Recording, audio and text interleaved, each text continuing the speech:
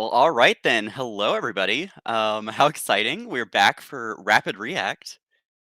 I am hearing double. I need to mute the stream. Uh, so right away, we already have our first match underway. We're a bit behind, or not underway, but ready, and we're a bit behind. But really quickly, just before we get it underway, I just really quickly wanted to say, we know things are absolutely insane in the world right now. So just be kind. Just go out of your way and just do a little extra act of kindness today. It really helps out a lot. With that out of the way, though, we are immediately going to go into this first match. Jake, why don't you tell us what's going on? Start you off, put you in the hot seat. Oh, you're gonna really do this to me right now? Like you can't do that. Yeah, it looks like we got our first match underway. This is the first competition of Rapid React that we've had. Um, for a little context, our last of I think the last competition that we did was Team League Series. Am I correct in saying that? Yes, Team League Series was the very last thing we did. Yeah. So So it's been a year since robots have hit the virtual field in a competition, which is a yeah, little wild to and I me. and I'd like to just point out, we have 2 full minutes left in the match, and Red Alliance already almost has the cargo ball RP, and Blue Alliance is not that far behind. Yeah, they're kind of popping off Yeah. right now. As a reminder to those who may not be as familiar with Rapid React, so if you get 20 cargo balls into either the upper or the lower hub, that counts as an RP. Now, if you get 5 cargo in auto in either hub, that actually lowers the threshold to 18. Now, in this case, it didn't matter. Both alliances have already hit that threshold. But at the end, they can climb, and if they get a total of 16 points, they will get Or another more. RP or more. Yep.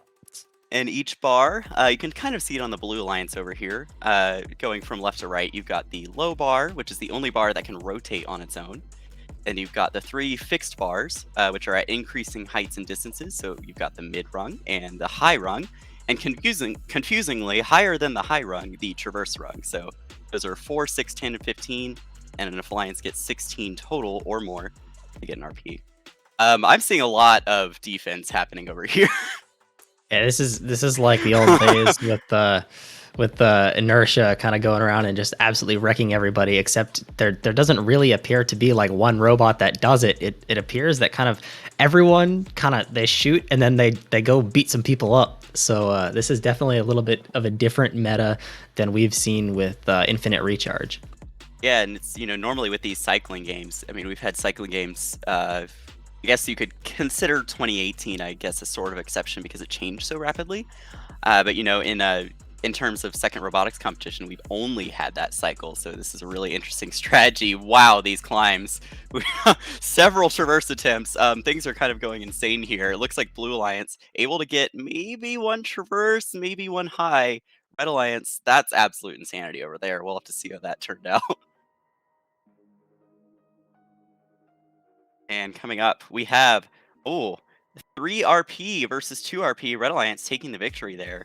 They did not get the in-game score. It looks like they only got 10 points, but all the cargo ball requirements were met. You can see the player contributions at the bottom, just stacked up there. So you have, Adam, the match MVP at 68 points. Digital Fire just joined the tournament a little bit last minute, but we expect to see him take off. He was very passionate about joining. Jake, why don't you introduce the next match really quick? I will hop over to question box. Looks like we may have a question waiting. All right, Just to explain sounds a little bit of what's on the screen for you as well, I just want to point out, so the bottom numbers are the individual point contributions of every individual robot, obviously, and then those numbers that are at the bottom below penalty score are actually the count of every level of hang. So to the left is the low hang, and then the medium hang, high hang, and traversal hang. So you can see that there was 1 high hang on Red Alliance, there's 1 high and 1 traversal hang on Blue Alliance, and that is just the explanation of those since there isn't a label for it. I felt like an explanation was necessary. Sounds good. Since yeah, it's definitely a little bit hard to tell from the bird's eye view that we have of the stream, to figure out which robots got onto which bar. So that's pretty helpful there. In our next match, we have Josh 4910, Metal Jello, and Walker 1023. on the Red Alliance. And then the Blue Alliance, we have Krago, Thunderhawk, Zoe, and Waxton. This match is getting underway shortly. All the robots move back to get those cargo balls. A little confusing, of course, since the last time we had cargo was only 2 years ago, I guess 3 years ago, 2019. They were also bouncy balls. Looks like red.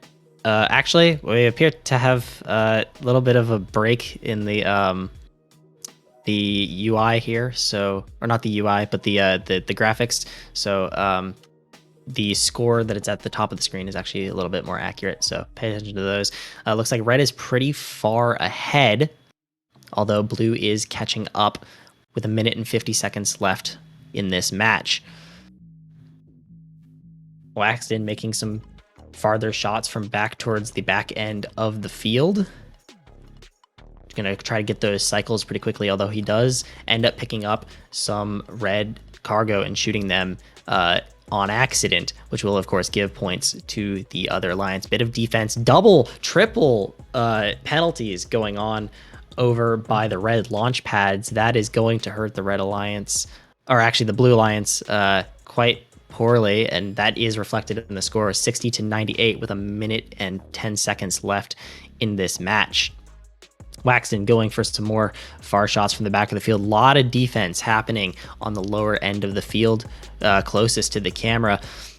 Josh and Metal Jello both lining up, trying to get those cargo in. The entire Red Alliance is pouring everything that they can into beating this Blue Alliance here with 45 seconds left. Lots of defense happening on the upper end of the field. Red Alliance kind of creating a wall to make sure that Waxton just cannot score, making sure that they can minimize who they think are the best players on the Blue Alliance side of the field. 30 seconds left, and we're going to probably start to see some robots line themselves up to go climb within the next couple of seconds here.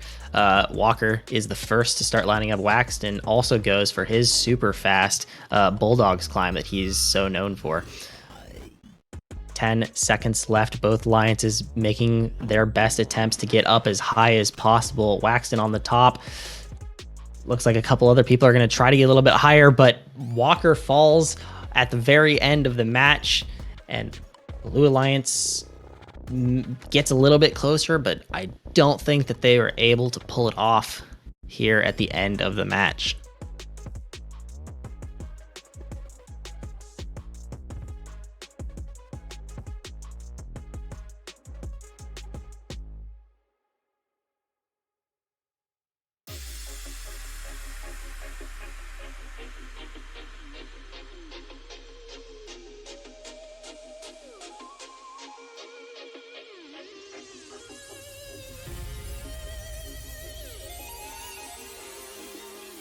Currently working through a couple of technical difficulties, so please stand by.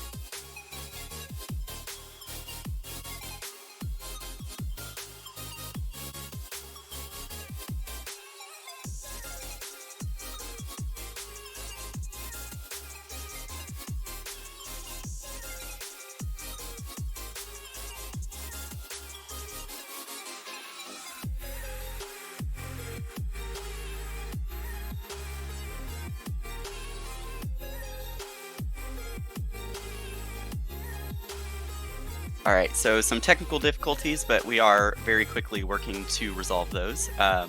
Looking ahead at match number 3 before we get started, looks like, just the normal pre-match shenanigans going on. You got Codster, Anthony, and Calvin on the Red Alliance. Looks like they are doing 2 FRC shooter robots and 1 Bulldog. So the Bulldog is that big, bulky robot with the climber based on the Kettering University RA3D design.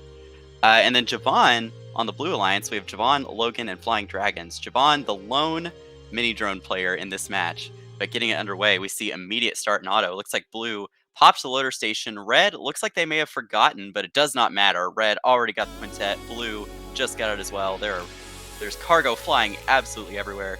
8-6 in terms of cargo scored coming out of auto. Now 9-7, 40-34. 2 minutes and 5 seconds left to go. We see lots of action, especially on this close side of the field. Not a lot of robots going to the backside right now to shoot. Oh, we see Calvin getting a foul there. It looks like he's holding on to way too many cargo. If you hold on to more than 2 cargo, you do get penalized after a very brief period.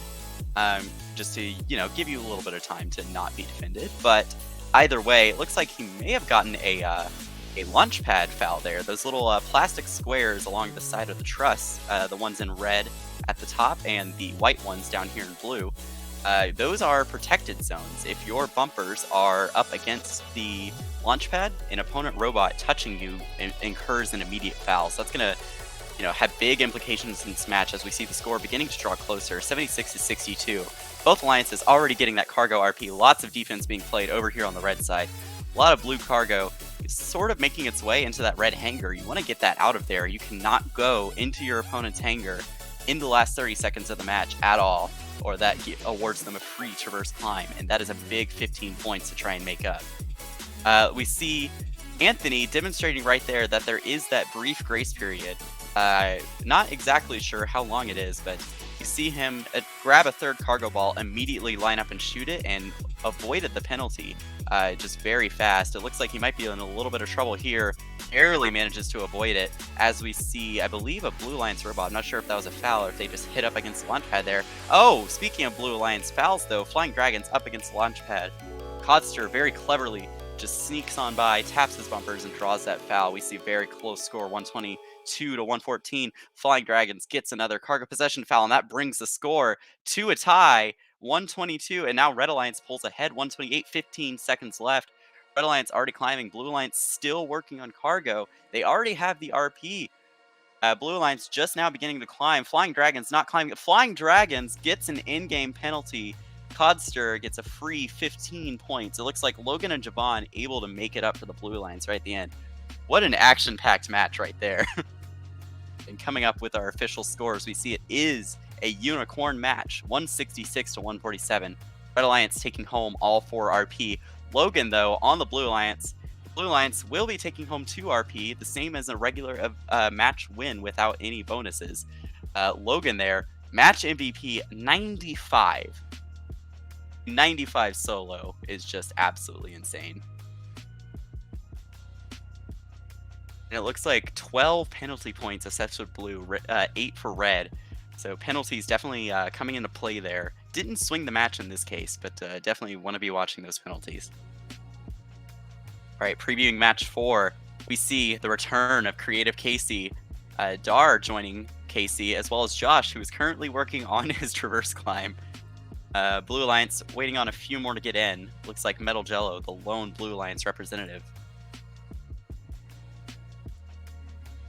Looks like just good reminder to make sure that you're on the field on time, because otherwise your alliance partners may be in a match alone without you.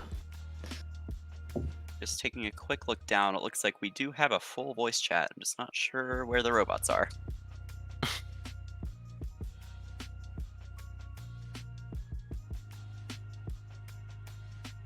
I'm gonna go check in and make sure that they're okay. Probably a good idea. Oh, there we go. All right, now we have Met King joining on Bulldogs as well. So just waiting on who's in this match. I had the schedule. Just waiting on Digital Fire 880, who we just saw in match number 1, taking home 2 bonus RP. Didn't win the match, but still doing pretty well. All right, looks like just waiting on that third bot. We have a Dean Kamen Pog emote floating across the screen. Wow, that kind of scared me a little bit. I forgot that the emotes went on the screen. Oh no, everyone's gonna start spamming emotes now. Yep, here we go. Oh no. I'm just waiting. I'm watching chat and then just watching the stream, just waiting for this to come up.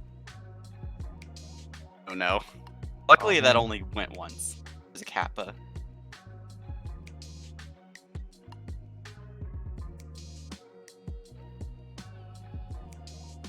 Alright, looks like still not sure what the what's currently going on with the Blue Alliance. Still just waiting on that one last robot. It looks like Digital Fire. There they Oh, are. there they Oh are. wow! Immediately.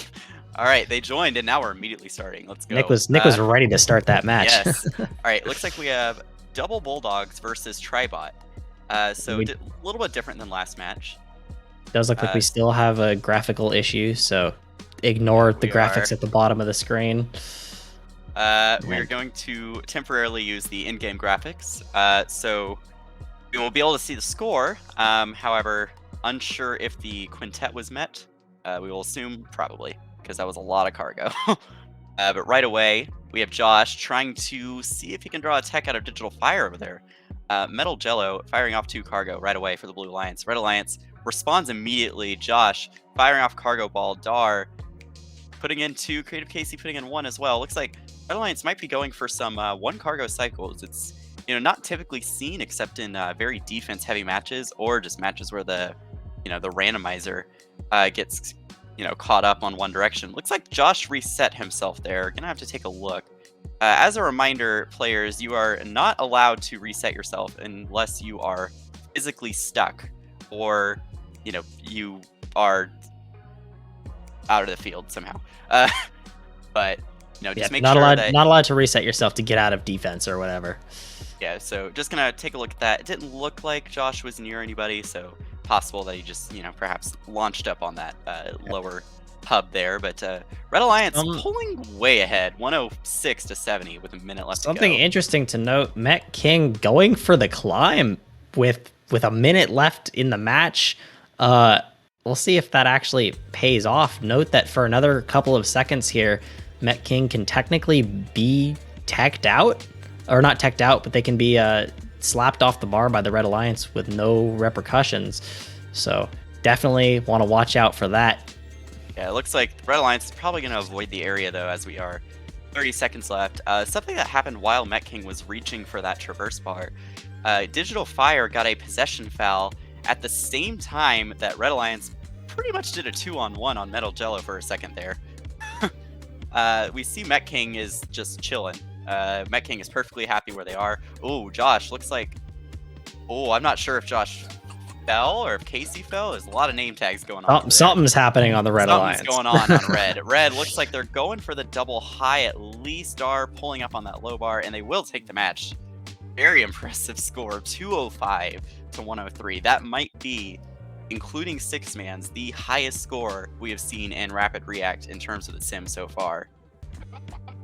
In 3v3, I should say. We've seen some... I'm sure someone with a fact book will come and drop facts on us. I'm kind of expecting it to be Brennan, and just see if he abandons the Waffles meeting to fact check. We do see Dar, 84 points, MVP there. Unicorn match, of course. I mean, with a score that huge. I mean, I'd be shocked if it wasn't a unicorn match.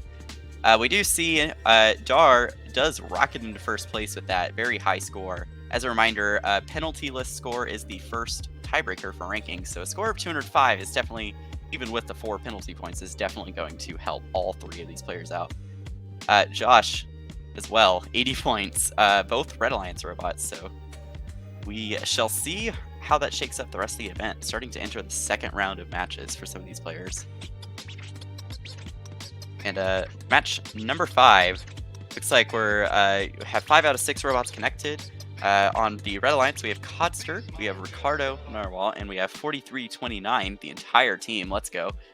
And on Blue, we have Anthony, Adam, and Thunderhawk Zoe. We just saw Thunderhawk 2 matches ago, so we'll have to see if they've improved since then. Definitely looking to take home a victory in this match. Immediate spin move in auto. That was very excellent. Looks like Red Alliance may have pushed some Blue cargo over the midline, but Blue not really capitalizing in auto. Adam's going to see if he can fire it off, but Anthony slightly in the way there. Red Alliance, not to be outdone though, also achieves the quintet, and we are now 38-36 with 2 minutes 7 seconds. Very close match so far. You see 4329 playing it safe and going back to that launch pad every single cycle on that Bulldogs robot. Bulldogs is the most reliable at making shots from the launch pad, and I believe as of the current release is the only one that can do the upper hub from the launch pad. But feel free to correct me if I'm wrong. Red Alliance definitely having to chase some of their cargo here. Looks like it's starting to bounce everywhere. Blue Alliance starting to pull a little bit ahead. Looks like the randomizer's kind of aiming all the cargo towards the back half of the field for right now. We see a couple coming towards the front, but definitely going to be a lot of robot action on one half of the field these next few cycles. Anthony playing a little risky, trying to go for a blue cargo next to the hangar zone. Adam as well, shooting 3 cargo fast enough to avoid that penalty. Thunderhawk Zoe looks like, they had a red cargo ball and did not want to fire it, so they fired 2, but were not fast enough. And it looks like they're getting 2 more possession fouls, one right after the other. That is unfortunate, but does mean the Blue Alliance is still ahead, but by a significantly smaller margin, 118 to 109. Only 13 points separating these two alliances. Looks like Codster may have just gotten a possession foul as well, misfired one of those cargo, perhaps trying to avoid it. Lots of fouls going in this match. Both alliances have more than doubled the cargo ball RP at this point. Ricardo Narwhal, actually all 3 Red Alliance robots really hanging out towards the hangar zone. Looks like Codster going to be a little bit risky. Go for some of that red cargo in the hangar. Ooh, 4329 in trouble here. Does unfortunately get tipped slightly there, only on 2 wheels, and does give a free traverse climb worth 15 points to Anthony of the Blue Alliance. It's going to put Blue Alliance ahead, but if Red Alliance can capitalize and get all 3 traverse climbs, they still could pass the Blue Alliance, but those 2 Bulldogs are going to take up a lot of space. So Red Alliance really just looking for whatever climb they can get here. Blue Alliance, Anthony not even bothering. Adam up on that traverse. Looks like, I'm not sure where Thunderhawk went. It looks like they may have disconnected mid-match, but 196 to 159 unofficially the final score. Yep, and something important to note there with Anthony being awarded that free traversal climb, they could push it all the way up to the last minute shooting cargo and not actually worrying about climbing, because it doesn't give them any extra points to go climb. So they might as well just get that extra little bit of score by shooting that extra cargo. Oh, my mic was muted. Yeah, for sure. And looking towards this next match, we have some high caliber teams that are definitely going to be looking to be consistently getting those 4 RPs. Some of which do have a couple of possession fouls already under their belt or very close. First of all, we have Waxton, and that's how I'm going to say his name every time I introduce him. You got to make sure you add the voice crack in there too, like Waxton, Exactly. Then we have Javon back on Mini Drone. Javon traditionally was an Inertia player back in Infinite Recharge. A little bit surprised to see him on Mini Drone rather than FRC Shooter. Personally, I think both are pretty viable in terms of defending, but I can definitely understand Mini Drone wanting that ability to just keep scoring until those last couple seconds of the match. Anyways, Blue Alliance, just very quickly, we have Dar, who is our current #1 seed, last I looked, Met King, and Hater 1023. Who, despite the name, is actually very kind from my interactions with him so far. But looks like Hater is going to grab a red cargo. Looks like that may have been a mistake. Just going to fire it back to the backfield. It's not going to exit the field. They're just simply putting it away. It does look like they accidentally fired a red ball coming out of auto. 7-7, 9-7 now in terms of cargo. 42-40 with 2 minutes and 5 seconds. I'm noticing that Dar is also on Mini Drone, perhaps to get some of that defensive prowess going. Whereas on the Red Alliance, we see aside from Dar, we have Waxton and Walker both on FRC Shooter, and then on the Blue Alliance we have Hater on FRC Shooter and Met King on Bulldogs. Looks like Met King doing a little victory spin there, trying to clear a red cargo ball out of his intake there. But Red Alliance, Javon and Dar just chasing each other. This is the battle of the mini drones here. Javon looks like he's going for wall shots. You can actually consistently make shots from the sidewall on mini drone. And I'm sure by the end of the tournament, someone will somehow figure out how to do it on FRC Shooter as well. But that is an advantage that Mini Drone can have over FRC Shooter, is that versatility in being able to back up to the wall and not be turned and then just go and immediately play defense. Speaking of, my goodness, we have Looks like Walker might be getting dragged a little bit, trying to capitalize as much as possible. Javon as well. Look, gonna have to see if one of these bots resets. There we go. Looks like they accidentally disconnected. That might be an issue for the Red Alliance. They need to get back in as quickly as possible. Hopefully on the same bot, because it is, fun fact, there is a clause in the rules, a special rule that you cannot, if you leave the server, whether intentionally or not, you cannot join back on a different robot. Can't pull any infinite recharge moments, unfortunately, but we do see them back in action. Looks like they were trying to reset themselves to get unstuck, which is perfectly legal, but accidentally left the server. It happens to the best of us. Blue Alliance, though, not really able to capitalize as much as you would assume. Met King is once again going for that early climb, trying to secure that RP. They do have the cargo RP, as does Red. See Walker as well, trying to go for an early climb on. Oh, I'd say early. It's 10 seconds left. I did not realize. I lost track of time. So Blue Alliance does have 2 robots climbing. Looks like Met King only able to make it up to the high bar. Blue Alliance attempting to get more climbs in there. Looks like Peter not quite able to get up. Red Alliance, all 3 look to be up. So Red Alliance should take home an extra RP. We'll have to see if Met King was able to make it up onto that high bar. Looks like they were just shy. So it looks like they may have had a mid. Or no, they did have a high bar and then a low bar instead of the mid bar. So they were 2 points short of that in-game RP. Red Alliance, though, gets 20 in-game, 66 cargo to 60. Wow. As well as a little bit of penalty points for that possession at 1 point.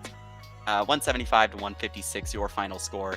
85 goes to Waxton, the MVP of that match, surpassing Dar. Speaking of, because Dar only got 1 RP, it looks like he has fallen so far that he is no longer in the top 20. Oh no, I found him. He's 11th. I can read. This does happen early on in events, as players don't have that many matches. The ranks will swing wildly, but we will see those settle a little more as we approach the end of quals.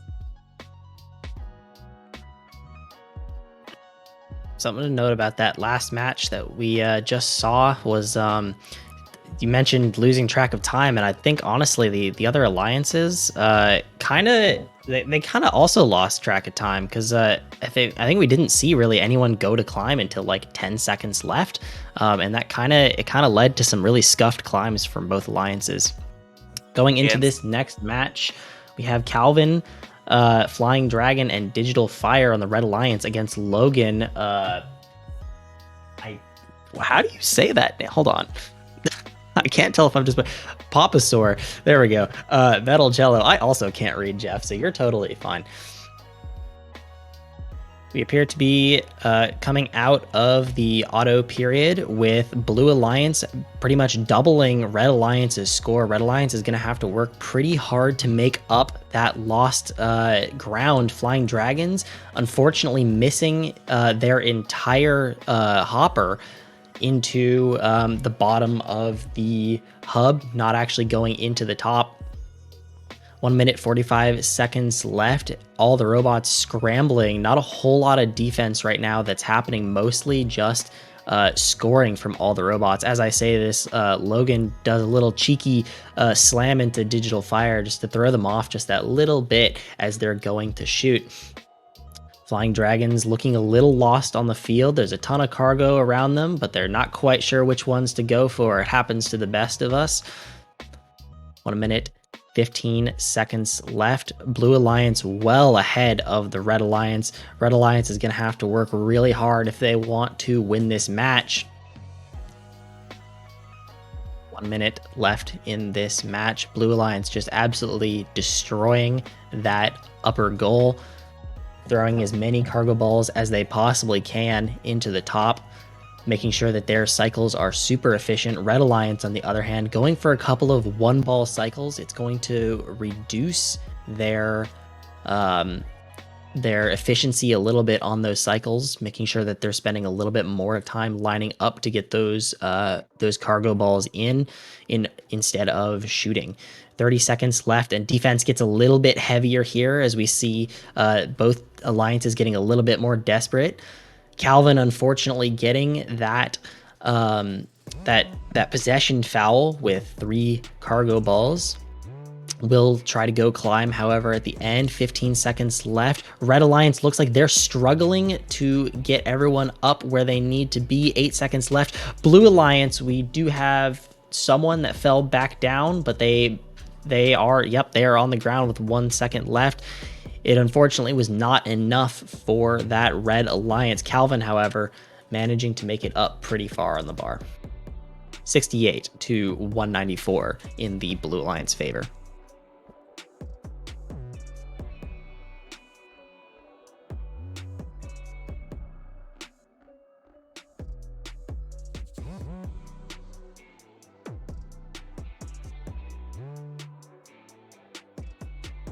Thing we do notice, of course, is Logan with that absolutely insane contribution to their alliance of 90. That is a lot. That is a lot of points. That is Logan's other 2 alliance partners combined, which is kind of insane.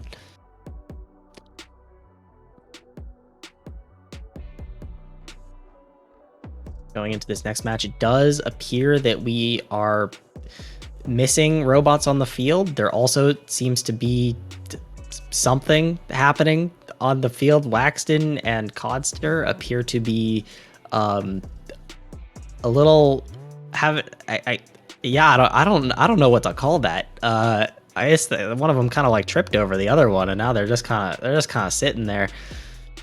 Not really sure what's up with that, but it does look like we do have all of the robots on the field.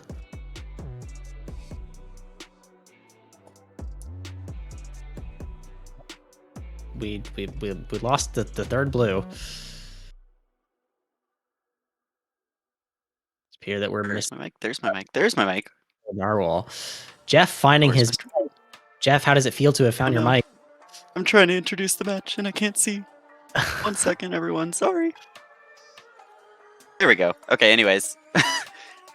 Starting off this match. Match number 8. We have Mech King, Javon, and Codster on red. It's like blue. We have Waxton, Josh, and Ricardo and Narwhal once again. Blue Alliance gets an early strike in auto. Looks like they're up to 4 cargo. Red Alliance up to 3 as well. Looks like Blue Alliance barely snuck in that quintet. I don't think Red Alliance got it. 38 to 18 coming out of auto. Wow. Immediately Blue Alliance though. Ricardo. Hello, Mike. My mic went out for a second. Ricardo.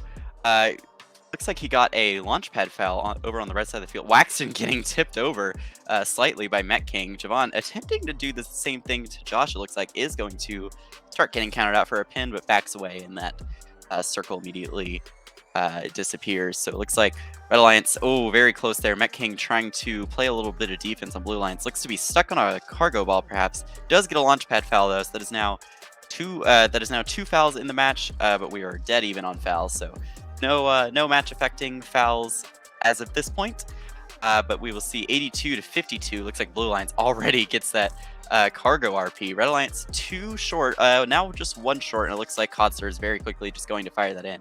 So no matter what, both alliances are guaranteed at least 1 ranking point. Win, lose, or draw. Ricardo Narwhal does get a possession foul there. Josh scooting right by him, just goes right behind Mech King into that hanger zone. Mech King not even going to try and attempt to get a foul.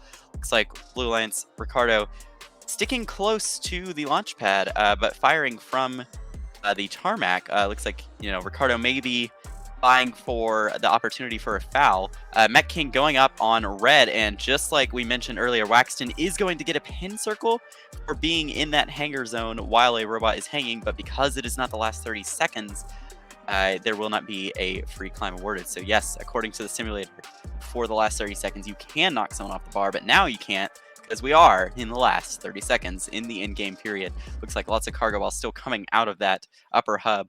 Looks like one just bounced in the lower hub from Waxton. Not sure if that was a defense shot or if it was just accidental, but we shall see. Ricardo Narwhal already climbing. Mech King hasn't been able to get this traverse climb, despite going to hang about 45 seconds left in the match. Codster attempting to get the high rung. It looks like he's might have fallen at the end of the match there. Javon is able to grab onto that low rung. Blue Alliance Not sure what Josh is being counted as, but it looks like they were at least able to get a traverse and a low.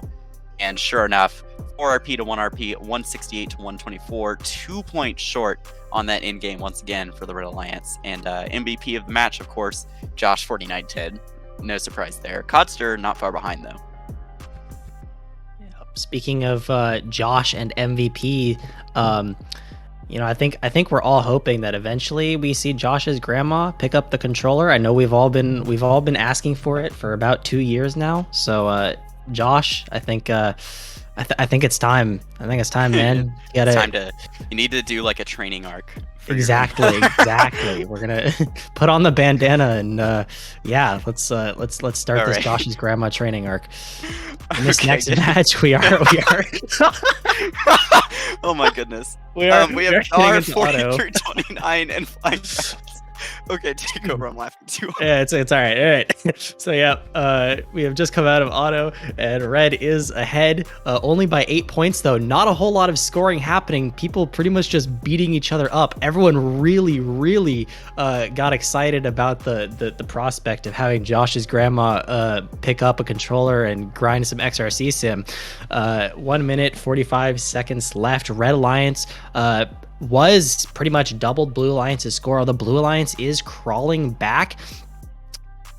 1 minute 35 seconds left. We do have a foul, a launch pad foul down at the bottom of the field on Flying Dragons. That is going to hurt the Red Alliance a little bit, bringing that Blue Alliance just that little bit closer to catching up to that Red Alliance. Calvin playing some very aggressive defense against Dar. Will Dar be able to get out of it? Dar looks like he's pushing back as hard as he can, and he does manage to go get that shot off. Calvin letting up on the defense to go shoot some, I almost called them power cells. They are definitely not power cells. Another foul, this time on the Blue Alliance for that launch pad. Those are proving to be a little bit more out there than I think a lot of players thought they would be. 50 seconds left. Everyone kind of switching back to wow. We had a shooting. Simultaneous Red Alliance shot right there. Just wanted that was really cool. Red Alliance still about the same distance ahead. 25 points ahead of the Blue Alliance. Blue Alliance will still work their hardest as we approach endgame. Calvin doing his best to jump between shooting power cells and also playing defense, although he does accidentally play some defense on his own alliance partner, opting now to go climb instead. On the other side of the field, of course, we also have a Bulldogs robot going up to that traversal rung. Will they get it? Yes, they do. Calvin will try to match it on the other side. 6 seconds very left. Close. Yep, he's very close. Will he get it? Probably not. It's so close. Unfortunately, does not get it. Red Alliance walks away with the victory. 151 to 99. Man, that came down to the wire. Yeah, I mean, and once again, we see another 4 RP to 1 RP match. Just that 14 in game, really, the detriment to a lot of alliances here. Red Alliance getting 21, very great in-game score. Typically we see 18, 20, but then 21, not quite sure. Must have been a traverse and a mid. I wonder if the low climbing bot didn't actually get up there. That's possible. But going into this next match, we have Walker 1023, Adam and Logan versus oh god, Papazer, Hater, and Anthony. It's all right. I'm going with Pop. I'm going with Pop. I'm sorry. I went with Papazer, so I'm going with Pop. So we see Pop on Bulldogs, just so I can get used to it. Attempts to pop the loader. Looks like they missed the cargo ball on the inside. They are able to get that though. Gonna shoot from the launch pad as we've seen them do. Does shoot that preload, so that does help the Blue Alliance. Oh, never mind. I was about to say Blue Alliance may get the quintet. We'll have to see if it counts. The cargo hubs do count very briefly into teleop as auto to reflect FRC. Unfortunately, I don't know 100% if it's the full 5 seconds after teleop, but I believe according to Gluten Dad, it is exact mirroring of FRC. So anything that's in FRC would be in the sim. So if it's 5 seconds with the real FMS, we'll put 5 extra seconds of what's essentially auto scoring, then the sim will also have that as well. Yeah, so, and luckily this year, I don't think I've really talked about this. I'm going to toot my own horn a little bit. We actually have a member of staff that has gone through formal FMS training. Hello. So, You? yeah, I did. Does that mean I helped out development at all? No, because I don't understand Unity, but it's fine. Stopping the tooting of my own horn here. Red Alliance 104 to 81. Both alliances already at that cargo bonus. Wow, Hater and Logan, Hater, very, very smart strategy there. Saw that Walker picked up 3 red cargo and trapped him up against the fender the wrong way. So, Walker had the choice of either losing the cargo, out-taking, or taking the penalty, and it looks like they chose to take that penalty. So, doesn't bring Blue Alliance that much closer, but it definitely is a more noticeable close proximity. That's the word. We do see Blue Alliance getting quite a few. Oh, Hater, very dangerous spot. Oh my goodness. It grabs a blue cargo ball from the hangar zone, from the red hangar zone at 33 seconds, barely gets out of there. That made me nervous, and I'm not even playing. So very very strategic and very efficient. They were able to score those cargo almost immediately. There were 4 blue cargo right there. Of course, not going to grab those because that is dangerous. Looks like Walker up to the high bar, maybe a little bit sideways. Logan going up as well. Ooh, Logan attempting a traverse. Adam just going for the mid bar. Blue Alliance, we have a traverse success, maybe? A high bar and a low bar. Very high hanger scores. Going to bring this match unofficially that much closer. Yeah, these are both very high scores. As approaching the 200 barrier. 27 kind to of 29 nuts on in-game. Yep. Yeah, 27 to 29. 85, the match MVP contribution from Logan. Anthony, from the Blue Alliance, I think, I forgot already, does get 78 though, so not far behind at all. Yep, We do see those defensive robots, a little bit lower, but they were playing some very effective defense. So, yep. Something to note also, with all that defense being played, there were a lot of possession fouls because someone would pick up 3 balls and then they'd get defended and still have 3 balls for more than 3 seconds, and so they'd get that penalty. And that is ultimately what decided the match.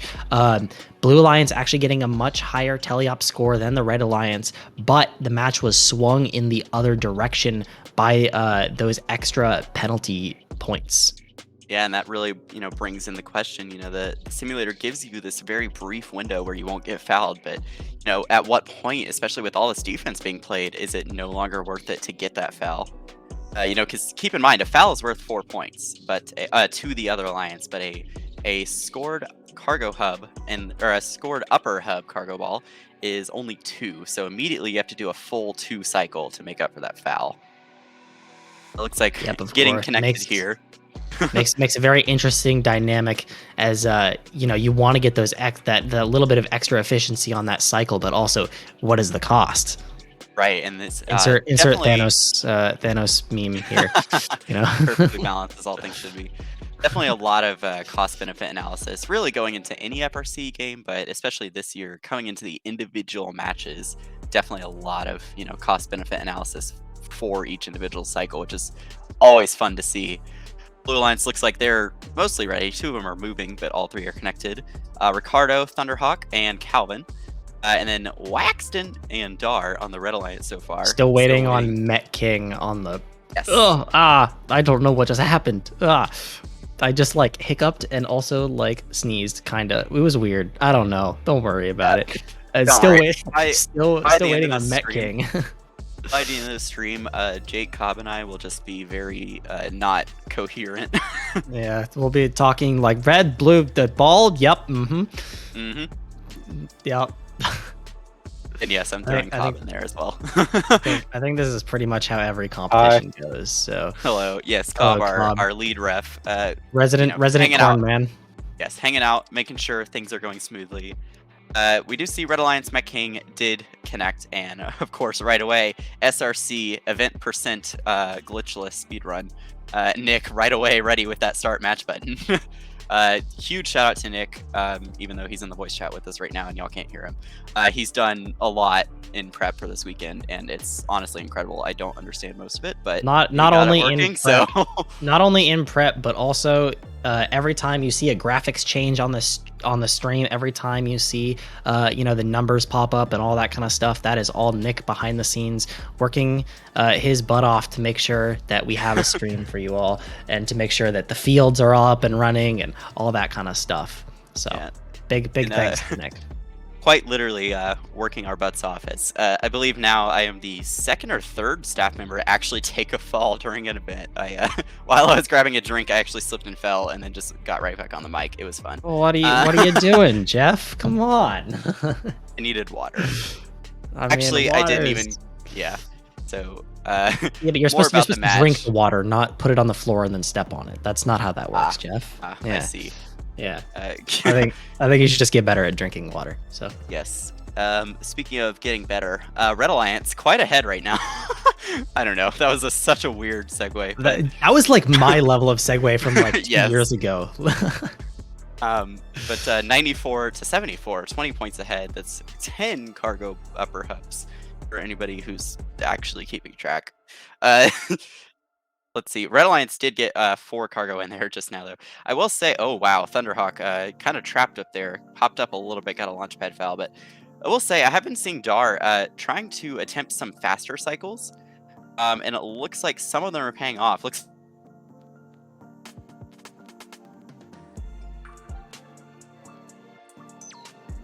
Okay. Jeff appears to have died, so I guess I'll fill in with Jeff. It looks like Calvin appears. Nope, not Calvin. Met King appears to have been given that free traversal climb, so Met King will no longer need to actually go and climb up on the bar.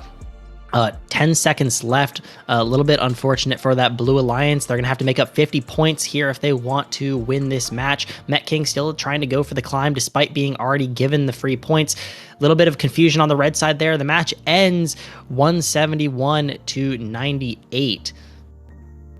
That is a little bit unfortunate for that Blue Alliance. Looks like everything kind of got lost right in those last couple seconds of the match. For sure, and sorry about that. There had a couple of technical difficulties just on my end there.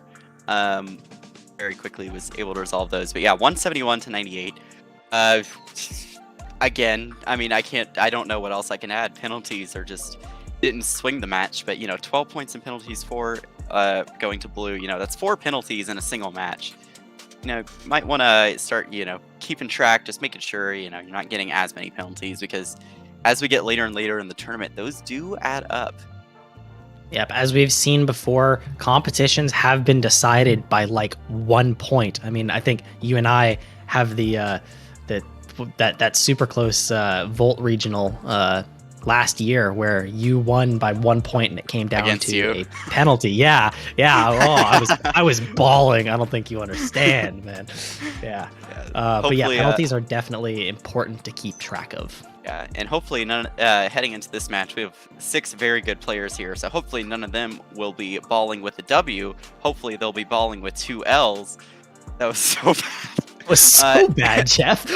Anyways, what we talked about earlier. Over here, Jeff. It's so good. This is exactly what we talked about a couple of minutes ago, where we just start losing it as the competition progresses. So yeah, it's already started early. I think that by the time we get to playoffs, things are going to be real interesting from a commentating perspective.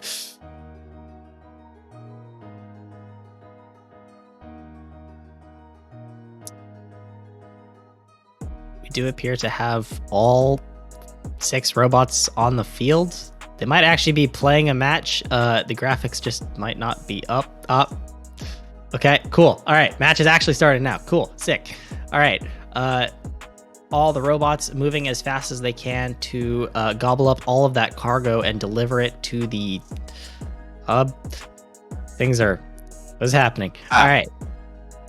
Things are going weird. Things are happening. All right. Things are happening. Technical difficulties. Y'all- Really quickly in the background, just while I'm gonna be doing 2 things at once for a second here. I'm commentating the match. Adam, Codster, and Pop, as I have decided to call him now. Already getting that quintet. Wow, Blue Alliance doing the same. 24 to 24 coming out of auto. Really quickly, I will put in a maintenance request though, because I do not want to be disconnected in the middle of elips. Thanks. Anyways, Timing. Internet issues. Timing. yep, it's great. Anyways, 48 to 46 is our current score. If I go glitchy or roboty, I apologize. I have zero control over the status of my internet right now. Just get better internet, forehead. Like, Boy? what are you Okay. doing? Stop throwing. Just get better internet. Anyways, I would if I could. But we see Hater over here in the corner, perhaps a bit stuck. Looks like they may have gotten glitched. If you see there, it looks like a little bit of a wall piece there.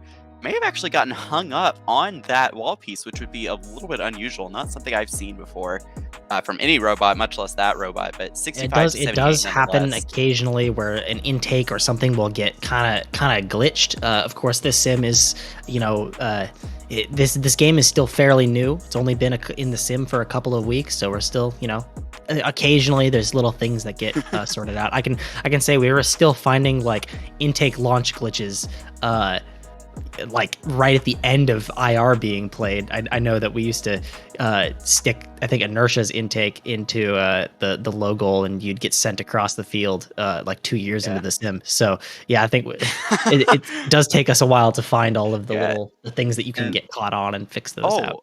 I'm not sure if anybody caught that, but Codster actually just did a low cycle while being defended.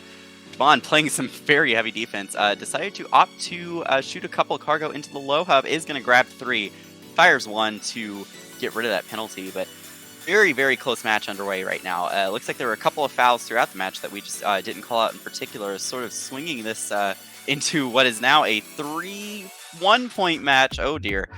We have Josh and Pop going to attempt to climb, Codster joining as well. Adam and Javon kind of stuck over here in a tussle out in the corner. Javon going to go for a very quick, looks like a low bar climb after Hater clears. Adam looking to do the same, gets a foul for ball possession, grabs on a Pop's hook, and that does swing the match into Blue Lions' favor. 157 to 142 unofficially will get you, and that will remain the official score. A tie for MVP here. Hater and Josh both taking home 64 points apiece. Yep, fairly low penalty score this match. I think people are starting to catch on to just how detrimental getting one of those penalties. Oh man, it happened again. Getting one of those penalties are. There's just this stream is just going to be Jake and Jeff die. Like this is. Yes. Yep. This is what's happening. All right. Looking on to the next match, though, we have Casey, Logan, and Digital Fire versus Walker, Anthony, and 43-29. So very exciting match here. Once again, seeing that one Bulldogs 2 shooter strategy that does seem to be very common. I wouldn't call it a meta, because I think multiple strategies have been working very well here. We see Logan shoots 3 cargo in auto. That's a little bit unusual. Not quite able to get the quintet just yet. There they go. Blue Alliance able to secure that slightly earlier. Red Alliance will make up the difference, though, and now pull ahead 42-38 with 2 minutes, 5 seconds left to go. Looks like Blue Alliance, we have 43-29, once again shooting from that launch pad. That is a protected zone, so it's very good if they can perhaps draw a couple fouls or keep Red Alliance away from that half of the field. That would sort of limit where they can go. Anthony coming over as well, just trying to find what he can. Looks like he might have 1 cargo in his shooter right now, looking for a second. Creative Casey already making it up with 1 cargo ball. Looks like Digital Fire facing a little bit of defense, but Logan says no big deal, I will fire, and fires 2 or 3. I did not see initially, but fires 2 just then, and that will tie the match. 72-72. Both alliances now at 25 cargo apiece. They will both walk home with a ranking point. Logan does fire a 3-ball cycle very quickly, but does miss the 3rd ball. So in the end, just a regular cycle is going to grab a pretty far red cargo. I'm not sure he realized he grabbed the blue cargo there. Does release it. Only going to shoot 2 though. 96-98. 102 now. Now that Walker a little too close to that red launch pad there. Does get a foul. 104-104. Does get a possession foul as well. That is going to swing the match slightly in Red Alliance's favor here. Unless Blue can capitalize on some of these Red Alliance decisions. A lot of red cargo balls over here. Logan just grabbed 4. Looks like he made all of them. Grabbed them very quick. I mean, seriously, grabbed and shot. That was so fast. Blue Alliance, though, trying to make sure that he can't do that again. Anthony playing some heavy defense off in the corner. 43-29. Looks like now that we've entered the in-game period, they are going to attempt that traversal climb. Looks like they've got the first layer. None of the Red Alliance robots going over for that climb yet. Just as I say that, Digital Fire making their way into the hangar zone. Looks like 43-29 very close with that hook. Oh, perhaps a slight bump from Walker there, boosting them onto that traverse run. But Walker is going to attempt a high rung. Oh, a little bit shady there. Red Alliance got 2 robots trying to climb at the same time. Digital Fire not above that mid rung, so kind of limiting Red Alliance's chances here. And unofficially, and now officially, Blue Alliance 171 to 148. Red Alliance only got 6 in-game, so that definitely, hurt their chances there a little bit and is going to drop them. Blue Alliance, taking home 4 ranking points. That's going to boost all of their scores. We see Anthony up to 4th. Oh, just kidding. Anthony up to 3rd. Then we see Walker up to 2nd, and 43-29. I'm not sure what they are called. Krygo up to 7th. Yep, that end game really kind of hurting that Red Alliance there in the end. Most of those points could have been made up if they had been able to get a little bit of a higher climb, but instead they only were able to manage 1 mid-rung climb.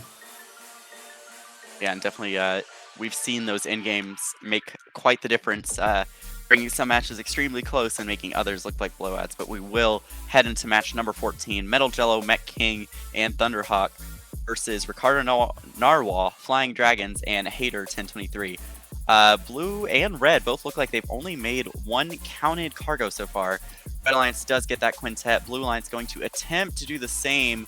Ricardo looks like he may have just missed, so Blue Alliance will need 20, Red Alliance will only need 18, but as we've seen, these alliances are very quick at getting those cargo RPs. So 38-22, Red Alliance, as they sink 4 more right there. Blue Alliance attempts to fire as well. Ricardo just going high. Hater looks like they have 2 cargo balls ready to answer for Blue. Both go in, 1-2. Flying Dragons looks like he has a red ball and doesn't realize it. Trying to line up for Blue, already got 1 possession and does indeed score the red ball as well as the blue. Looks like Hater got a foul as well, followed by Thunderhawk. Very foul-heavy match. Score currently stands at 72-44. Looks like a ball may have just rolled into Hater's intake there. Looks like he may have already had 3, and then a 4th one just decided to go right in. Red Alliance, Met King very close to that launch pad, but not quite there, unable to capitalize on Hater's defense. Thunderhawk, though, very close to that blue launch pad, kind of playing with fire here.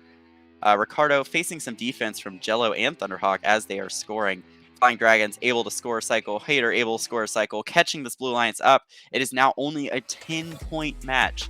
72-82, both alliances have hit their respective thresholds for that cargo RP. 76-92 with a minute left to go. Lots of Red Alliance defense happening, pushing Hater up into that launch pad. That unfortunately does not count as a foul, and Thunderhawk does get a pin. I believe that is the first pinning foul we have seen in this event. And then Flying Dragons immediately gets a possession foul, so that will make it 110-94. But with 37 seconds left, Met King already going up for that. Oh no! Met King falls over onto a cargo ball. Disaster for the Red Alliance here. 198. Blue Alliance very quickly catching up. 100-104. 102-104. This is insane. End-game period begins, and we are only 4 points apart. Thunderhawk gives a free climb to Ricardo, attempting to go after that cargo. Blue Alliance pulls ahead, and Ricardo is just going to keep scoring. Ricardo does not need to climb. Hater, seeing this, does go for the climb, though. Thunderhawk going to keep scoring, trusting their teammates, and it looks like Met King able to get back up to at least the mid-rung. Metal Jello going for that traverse, only able to get high, and it looks like Thunderhawk got a launch pad foul right at the end there. Very close, unofficially, despite the crazy amount of fouls going on. And the final score will be 135 your Blue Alliance and 126 your Red. Red barely sinking in that in-game RP there with just 2 robots. Pretty impressive. I don't know if we've seen too many RPs with only the 2 robots. So that was oh yeah, and looking at it, 12 points and penalties to each alliance. That's a lot of penalties there. Making Cobb's life very hard right now. Of course, we do have, I'm not sure if we've super mentioned this, another thanks to give to Kabi for also working behind the scenes. He's currently our ref and also sheet guy. So all this stuff is being entered into the sheet manually by Cobb every single match because we don't have a bot to do it for this competition. So Cobb is our bot also working his butt off to get everyone the stats. Stat man, Yeah. stat corn Also, man. if you didn't see, OPR is being calculated in the spreadsheet. If anyone is interested in that, you can take a look at the OPRs thus far, and they will be live updating. Oh, and those are on the 4th tab on the bottom. Coming into this next match, 6-6 pretty early on, although Blue Alliance does manage to get a little bit more ahead. Red Alliance taking it back. Both alliances getting that quintet to lower that capacity level down to 18 cargo. 2 minutes remaining. Both alliances trying to score as much as possible. Red Alliance looking a little lost as to where to get some more cargo, although they do seem to find some footing and return to that center hub to shoot off those cargo balls that they had. Digital Fire shooting off 1-2 shots from pretty far back from the field, getting those super long range shots to make sure that they are not caught up in any of that super aggressive defense that's happening in the middle of the field. See, They just lobbed another one. Wow. Yup. Making sure that they're super far away. We can see Codster and Waxton absolutely just beating each other up, trying to, both make sure that the other one can't really score a whole lot while also scoring as many as they possibly can themselves. 1 minute 20 seconds remaining, 100-90. This match is still pretty close, although Red Alliance is a little bit up on the Blue Alliance. Dar trying his best to shoot as many power cells as possible. Digital Fire doing the same from a little bit farther away, although being matched by Logan and Waxton, both on FRC shooter, both just dumping cargo into that upper hub. 50 seconds remaining. Red Alliance is up by about 30 points. Blue Alliance is going to have to work pretty hard if they want to catch up to that Red Alliance as we approach the end of this match. 35 seconds remaining. Everyone dumping as many cargo balls as they possibly can. Digital Fire continuing to shoot from pretty far away while Logan and Codster shoot from as close as they possibly can, showing that there's a pretty wide range of locations that robots decide to shoot from this year. Logan going for the climb. Digital Fire gonna try to match on the other side. Will they be able to pull it off? 10 seconds left. Blue Alliance down by about 50 points. Will they be able to catch up? Dar doing his best to shoot up until the last possible second. There's not a whole lot of room for him to climb. Will he get it? Yes, he does. But unfortunately, it looks like Codster does not get up off the ground. And that is devastating for the Blue Alliance in that last couple of seconds. Yeah, and I want to point out Red Alliance, 3 very powerful players, as we've seen just throughout these, while we've been, having the sim up and running and throughout this tournament. Red Alliance was 3 very good players, and yet they were only able to squeak out 3 RP despite a very impressive score of 202 without penalties. But unfortunately missing out on that in-game, much like Blue Alliance there, 12-10 in in-game. But we do see 76 going to Logan, Dar making it up right behind him at 70. Looks like heading into this next match, we have a purple robot along with Metal Jello Calvin, that's Javon, against Walker, Creative Crazy, and Pop. Once again, Tribot versus looks like Bulldogs and 2 Shooter. So we do expect to see Javon playing that defense role throughout the match. Looks like Red Alliance a little bit slow to get started. Blue Alliance fires all 3 preloads plus pickups. Red Alliance Pop right behind. Looks like Red Alliance may have either missed. They were just waiting. They were just waiting to get counted. All right, 6-6 in terms of cargo. They both achieved that quintet. 42-30. Blue Alliance favor right now. 205 seconds left to go. Javon playing some very heavy defense against Pop. Does get a launch pad foul there. Have to be very careful around that launch pad. Pop is able to shoot nonetheless, gets an additional 4 points. Calvin and Walker just really going at it here, just really pushing each other as much as they can. Lots of Red Alliance cargo on this near side of the field. Blue Alliance looks like it's either in robots or up in the air, starting to come down now. Calvin immediately grabs another shot, shooting from pretty far back. Might be trying to pull a digital fire here with those far shots, but is just short. Gonna have to readjust their hood. Javon just shy as well, trying to get those wall shots. Walker does get a possession foul. Pop making up with a cycle of their own. Creative Casey and Pop look like they're stuck on each other. Looks like they're going to try and free each other. My goodness, they are bouncing all around the field. Casey is just going to take the reset, the slowdown, and reset, and then go and continue cycling.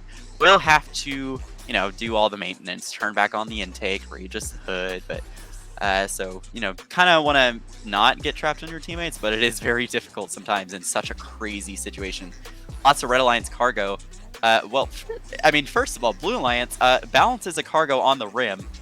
That is going to be very hard to get down unless it is hit by another cargo ball. Red Alliance, though, has a lot of cargo sitting over here near the red hangar and in the terminal area on the blue side of the field. Going to want to get some of that out of there so they have more scoring potential before the end game. 30 seconds left, and Blue Alliance, Calvin immediately heading towards the hangar zone. Lots of Red Alliance cargo on the blue side of the field. Bit of a disadvantage for them, just how it shook out in the match. They're going to have to travel further. It looks like two of them seeing this are going to go and climb. Creative Casey, the only Red Alliance robot not climbing, and Calvin, in 5 seconds flat, climbs to traverse. Hello. I didn't even notice him line up. That was insane. Metal Jello and Javon both going to get that mid-rung. Red Alliance gets 3 robots up. Oh, Creative Casey falls. Looks like after the end of the match there, luckily. So they should still get that RP. And sure enough, Unicorn match 4-2. 27-26 in-game. Just a fun little thing to point out there. But it looks like Metal Jello walking away as the MVP of that match. 58 points. A little lower than we've seen, but still Unicorn match nonetheless. So. Yep, and Calvin proving that Waxton is not the only player who is super fast at climbing. That was definitely like a 5-second climb for Bulldogs, which is absolutely insane. So Waxton's definitely going to either have some competition or a very good alliance partner when it comes to the end game period. Yeah, and just something to note, background to some of these players. These players, some of them actually do, play in real life together and, outside of the simulator, and, have competed with or against each other's teams. 4476, unfortunately, Brennan is not competing today, but Logan is from 4476, and Curtis, who I also believe is not competing, which is sad, is from 4678, 2 Ontario teams that have played against each other a lot. And bring it back to Waxton and Calvin. That's 2 Oregon teams right there. In Oregon, there's not a lot. Not only that, but also Met King and Waxton are also. I believe Waxton is an alumni of the same team that Met King is on. That's 25-21, also from Oregon. A lot of Oregon players today. Calvin also on my team. So, yes. there's a lot of people that kind of know each other, which is always super cool to see. You have one person that tells someone to join, and then they join, and then it's super cool.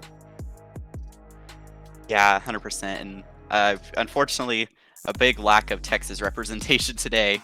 But nonetheless, during Infinite Recharge, we had plenty. So, but we do see Adam, Logan, and 4329 against Met King, Josh, and Flying Dragon. So Josh, of course, with the 4910 in his name. Unfortunately, they will not be competing this year in FRC, but Josh nonetheless continues to compete virtually.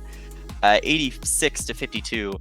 Blue Alliance currently quite a lead, but at only 17 cargo is definitely going to be looking to get that cargo RP as fast as possible. It looks like Josh's cycle will do that. Blue Alliance, though, capitalizing on this lead, playing a lot of defense, especially on Josh. They know Josh is a very high caliber player and could easily outscore several of these robots. But we see Blue Alliance, able to keep ahead pretty well. Adam looks like he's playing more of a cycling / defensive role. Logan, for sure, just very fast cycler, getting those 3 balls very quickly just whenever they roll into his intake. And then, of course, 4329, we've seen them go for the climb, and we've seen them get it consistently. And so we will see if they can once again, if they are the designated early climber for this Blue Alliance. They are attempting to push Flying Dragons around a little bit, playing some defense on this Red Alliance. They now have a 50-point lead. just as Josh gets a cargo possession foul, which is just going to push their lead even higher. Looks like we are in the end game. 43-29 and Mech King, of course, those Bulldogs robots going for that traverse climb. Looks like Mech King taking the slower but safer approach. 43-29. Wow. Flew off the bar and managed to catch themselves with the other set of hooks. That's how you do it in SRC, folks, right there. Adam, of course, following right behind with the high bar.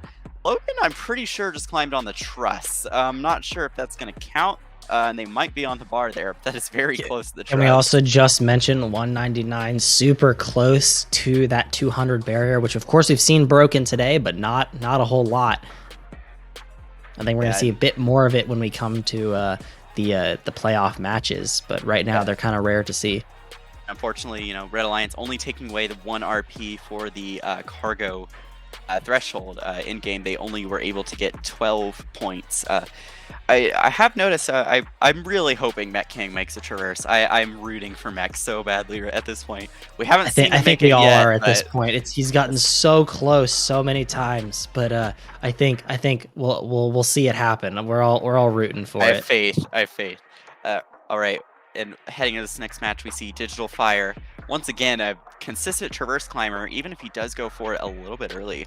Hater, who has been cycling very quickly, unfortunately victim to several possession fouls. We'll have to see how that affects this match. And then Thunderhawk, who's just been overall just a consistent cycler, does get a few launchpad fouls here and there, but I really think that they're just so fast that, you know, they're not even realizing that they're that close to the launchpad. Blue Alliance, of course, powerhouse right here, Creative Casey, Codster, and Metal Jello. If you recall, Metal Jello did just get MVP in their last match with only 58 points. It was a very defense-heavy match. But coming into auto, of course, there is no defense. It's all just grab the cargo and shoot as much as you can. Blue Alliance getting that quintet. Red Alliance gets it as well just before the end of auto there. 34-30 as the upper hub continues counting. 34-32 as a couple more cargo balls just coming in from all this rolling going on. You can see a lot of cargo just getting scattered once it rolls. That is the feature of that upper randomizer. They randomly come out of one of the 4 exits, and then at the very end, they're split into 2 more directions. That is 8 possible exits, I guess, when it hits the floor. 56-52, though, much closer. Blue Alliance able to keep the lead, but only just. Hater, of course, going to get a 3-ball cycle, which is going to bring it even closer. Looks like Thunderhawk may have gotten one as well, 64-62. Both alliances at the same amount of cargo, so it looks like Blue Alliance may have just had 1 extra in auto. At 70-60, 72-60, and these are just flying in. Lots. We haven't seen heavy targeted defense, and right as I say that, never mind. Creative Metal Jello immediately going after Hater 1023, and Codster tipping over Digital Fire. We'll have to see if Digital Fire can recover. Looks like they are going to be tipped over, and they are going to have to restart themselves. Tipping is perfectly legal in SRC. It is built into the game, and Bulldogs is a very tippy robot if you can hit him just right. We do see Hater doing another 3-ball cycle. Creative Casey looks like he reset himself. Gonna have to take a look there. Look to be a little trapped in the hangar, perhaps. 106-88. Trying to... okay, Digital Fire playing defense on Creative Casey in that hangar zone. I'm not really sure. I guess they're just trying to mess up their alignment a little bit. Looks like Thunderhawk did get a possession foul. Creative Casey not able to line up.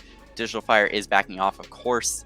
Looks like they are going to go for that traversal climb as their teammates Hater and Thunder continue shooting, but Codster and Metal Jello absolutely not going to be outdone here. Continuing to score. Codster is going to go and attempt the climbing. Creative Casey looks like might have gotten a little sideways. That is going to prevent him from getting that traverse. But Codster could still get it right here as Red Alliance only 1 on the mid bar right now. Looks like 2 were going for the low bar. Not sure if they got it. But 155-132 is going to be your final score. Red Alliance did not get that in-game RP. Hater by 1 point taking MVP.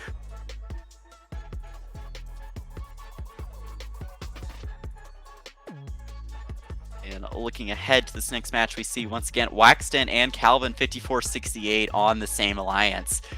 Very interesting schedule generation here. We will have to see if they both can get a fast climb or if they are just going to send one to do it and leave the other to score. But Ricardo, Adam, and Javon, two very good defensive bots on this alliance. Adam, of course, cycles and defends as much as he can, but this should be a very interesting match. Blue Alliance didn't get the quintet. Looks like they had a bit of a miscommunication in auto, perhaps. 4329 is going to work in this corner a little bit. Lots of cargo, not all of it blue. Just pushed itself in this corner over here. Adam only picking up one, almost accidentally picks up a blue cargo piece, but does actually leave it open for 4328. Calvin, once again, gets a ball possession foul, but is able to get those long shots that he's been aiming for.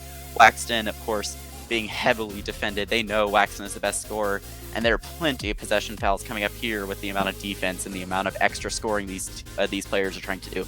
Lots of blue cargo ending up near their hangar zone that is going to give them a little bit of a home field advantage. But it looks like Red Alliance, looks like they have a bunch of cargo just hanging out in their robots. Javon going to pick up some that are near the blue hangar. Blue Alliance not to be outdone. Ooh, a little bit of an intake glitch with the two Bulldogs from that alliance. Looks like they bounced off of each other a little bit, but none of them went flying, so that's always nice. Waxton, of course, getting the 3-ball, like we've seen him do. No defense there to try and force that foul out of him. Javon right up on the wall. Lots of defense all of a sudden. Ricardo, Waxton playing heavy defense on each other. Adam, of course, scoring just in the meantime since he has nobody to defend. 4329 rushing across the field, trying to grab more cargo. Lots of this cargo has now switched where it is. A lot of blue on the red and a lot of red on the blue. That randomizer sometimes can produce these sort of groupings of cargo, especially when we see Adam scoring 3 at once right there. Those are all going to go separate. But then, of course, we see another 3 coming in, and those are starting to pair up. And Ricardo, Calvin gave Ricardo a free climb. That is not what you wanted to see, and Red Alliance is definitely capitalizing. 150 to 103. Very good score right now. Calvin going to climb. 4329 gonna climb as well. Waxton might be going for a last-minute FRC shooter climb. Does get a free climb. He doesn't need it anymore. Ricardo returns the favor immediately by awarding Blue Alliance a free climb as well. Does not look like it's going to swing the match, though. 179 to 144 will be the final score. So Blue Alliance not able to get that double fast climb like we were really hoping to see, but it is a unicorn match nonetheless. And Waxton still walks home with that 83 with the MVP. Yep, absolutely insane scoring there from Wax. Almost matched by Adam. Not quite, but it was pretty close. Those two definitely some of the top players at this event we've seen. Although really saying that, I'm looking at these, top 10, and I would say, all 10 legitimately deserve being there. I mean, even some of the teams, some of the players below should, they're definitely going to be fighting for that top 10 spot. There's a lot of good players here, and this is the first event, so there's no, all the strategies are just what you come up with, what you make of it. I would like to point out, that last match had 2 of our 3 highest in-game scores of the day. Indeed it did. I believe I caught it. I believe they were both in the 30s, if I recall correctly. I briefly caught it, but, so many good matches, especially I'm looking at the qual schedule right now while also looking at the match, and just these next, rest of the event is really good matches. Even this match, especially 50 to 48, even with a foul there, very close matches. Starting as people are starting to figure out, what bot do they perform, best in, what role do they fit. A lot of these players have had multiple qual matches apiece by this point. I believe everyone is up to 6, and I believe everyone in the last match should have 7 now. That might be incorrect because I believe I had the player count wrong in my head. But, a lot of these teams are entering the second half of their qualification matches, and they really, we've seen the RP. Most people are getting at least the cargo bonus. So it's not so much can you get the bonus RP at this point. It's really who has the better strategy and who's coming out on top. And right now, it is neither alliance. 89 to 82, very close match. No clear leader at this point. Blue Alliance making up some points very quickly, only 5 points. Both alliances, of course, with that cargo RP, as we were just mentioning. So we are going to really have to see how strategy plays out and how each respective player fits into their role. Of course, we see Josh, absolutely one of the fastest scorers on the field, just typically heads after those really far cargo leaving some of the closer ones for Dar so that Dar can also play defense and for Pop. Looks like it is barely working. I say barely working since it's only less than a 20-point victory as we come into in-game. As we know, in-game can swing things wildly. Lots and lots of blue cargo near their hangar. I would argue here that the Blue Alliance maybe should be going for further cargo, but once again, I'm not a rapid react strategist, and I'm just here to talk about what's going on. But there is a lot of cargo all of a sudden getting spread around the field. Dar briefly lit up in green there for a second. I'm not entirely sure what was going on there. And it looks like Blue Alliance, of course, one of them with the free climb, that looks like Anthony, who's just going to continue scoring. Dar, not at all going for the climb. They are on that mini drone, so no need to. Blue, Flying Dragons trying to climb last minute. Looks like Red Alliance may have had a climb. They may have contacted each other on the bar, and as a result, one of them may have a lower score. But nonetheless, 174 to 161 does look like the final score for this match. 63 to 57 in terms of the cargo scored. Before even just looking at the scores right now, of course he did have a free traverse, but Anthony with 97, that's just insane. Absolutely popping off. Yeah, One thing also to unicorn. note is the number of cargo being scored is absolutely insane. I think for the next competition, we're definitely going to have to up, what you have to score in order to get that RP, make it a little bit harder. Of course, don't have to worry about that for this competition. But yeah, teams like tripling the RP, or I guess the cargo required to get that RP. Yeah, and that'll be interesting too, because some people have been analyzing as well that there might be some parallels to FRC. There's been people theorizing that by week 3, week 4, we could see some of these insane cargo scores, not triple, but easily like 150%, 200% of that threshold. And I'm wondering, it's not in the manual, so they probably won't do it, but I think it would have been fun if First pulled what they did in 2016 and actually upped the cargo requirement throughout the season. That's just me, and I would love to do that for SRC, but moving on, that's future. That's way down the line. Looks like we have 4329, Digital Fire, and Javon. Double Bulldogs and Mini Drone. I don't think we've seen this composition, and if we have, it's only been in a couple matches. Looks like 4329 did accidentally... Oh, never mind. They almost picked up a blue cargo ball, but it looks like they were able to just shimmy it out of their robot. Looks like Red Alliance missed the quintet there, but Blue Alliance easily able to get that. We do know that Mech King will go to climb very early, so I would anticipate around the 45, 40-second mark, Blue coming down to 2 scorers, but as of right now, it does not matter at all. 42 to 28, still a close score, but we are very early in the match. Both Alliances well on their way to that cargo bonus. Blue Alliance, only 4 more cargo needed. Red Alliance, only 8.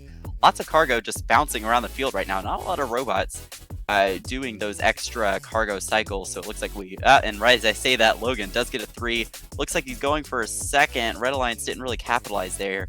And now they're going to hold him there while they shoot. So that was actually... it bounced out of the upper hub, but 4329 was... doing a strategy that we've seen in 6-mans a little bit. For those of you that don't know, that's just the matches we host on the side between events. And it looks like they were able to put themselves in a position where they were pinning Logan in place while lining up to shoot. So we'll have to see if some of the Bulldogs pick up on that. Looks like a lot of cargo just went in. Logan, 4 cargo balls. It looks like one may have rolled in at the last second. Mech King, of course, 55 seconds left. Already going for that climb. Digital Fire did try to capitalize and go in to perhaps knock them off the bar. Really quickly, thank you, Max, for 1,000 for the follow. And we see Ricardo grabbing 2 more cargo. One of them is not his own cargo, so we will have to he will have to make sure that he only fires 1. And unfortunately, Bulldogs, oh wow, got really lucky there. Bulldogs fire so fast that both just went, and then the red one actually bounced out. Javon playing some heavy defense on Logan, trying to keep this Blue Alliance score close. But Logan able to land one of those cargo. Javon playing a little bit of defense near the hangar. Ricardo is going to go towards that end game. It looks like 2 Red Alliance robots already climbing. 4329 tips almost all the way over while climbing there. Digital Fire is going to go up. And as long as they hold, Red Alliance already has the RP, but Javon is going to go for that 6 extra points. Blue Alliance very close here. Ricardo having a little bit of trouble. Logan pulls himself, oh my, Logan pulls himself up and then pushes his teammate out of the way after the match is over. Wow, quite dramatic there.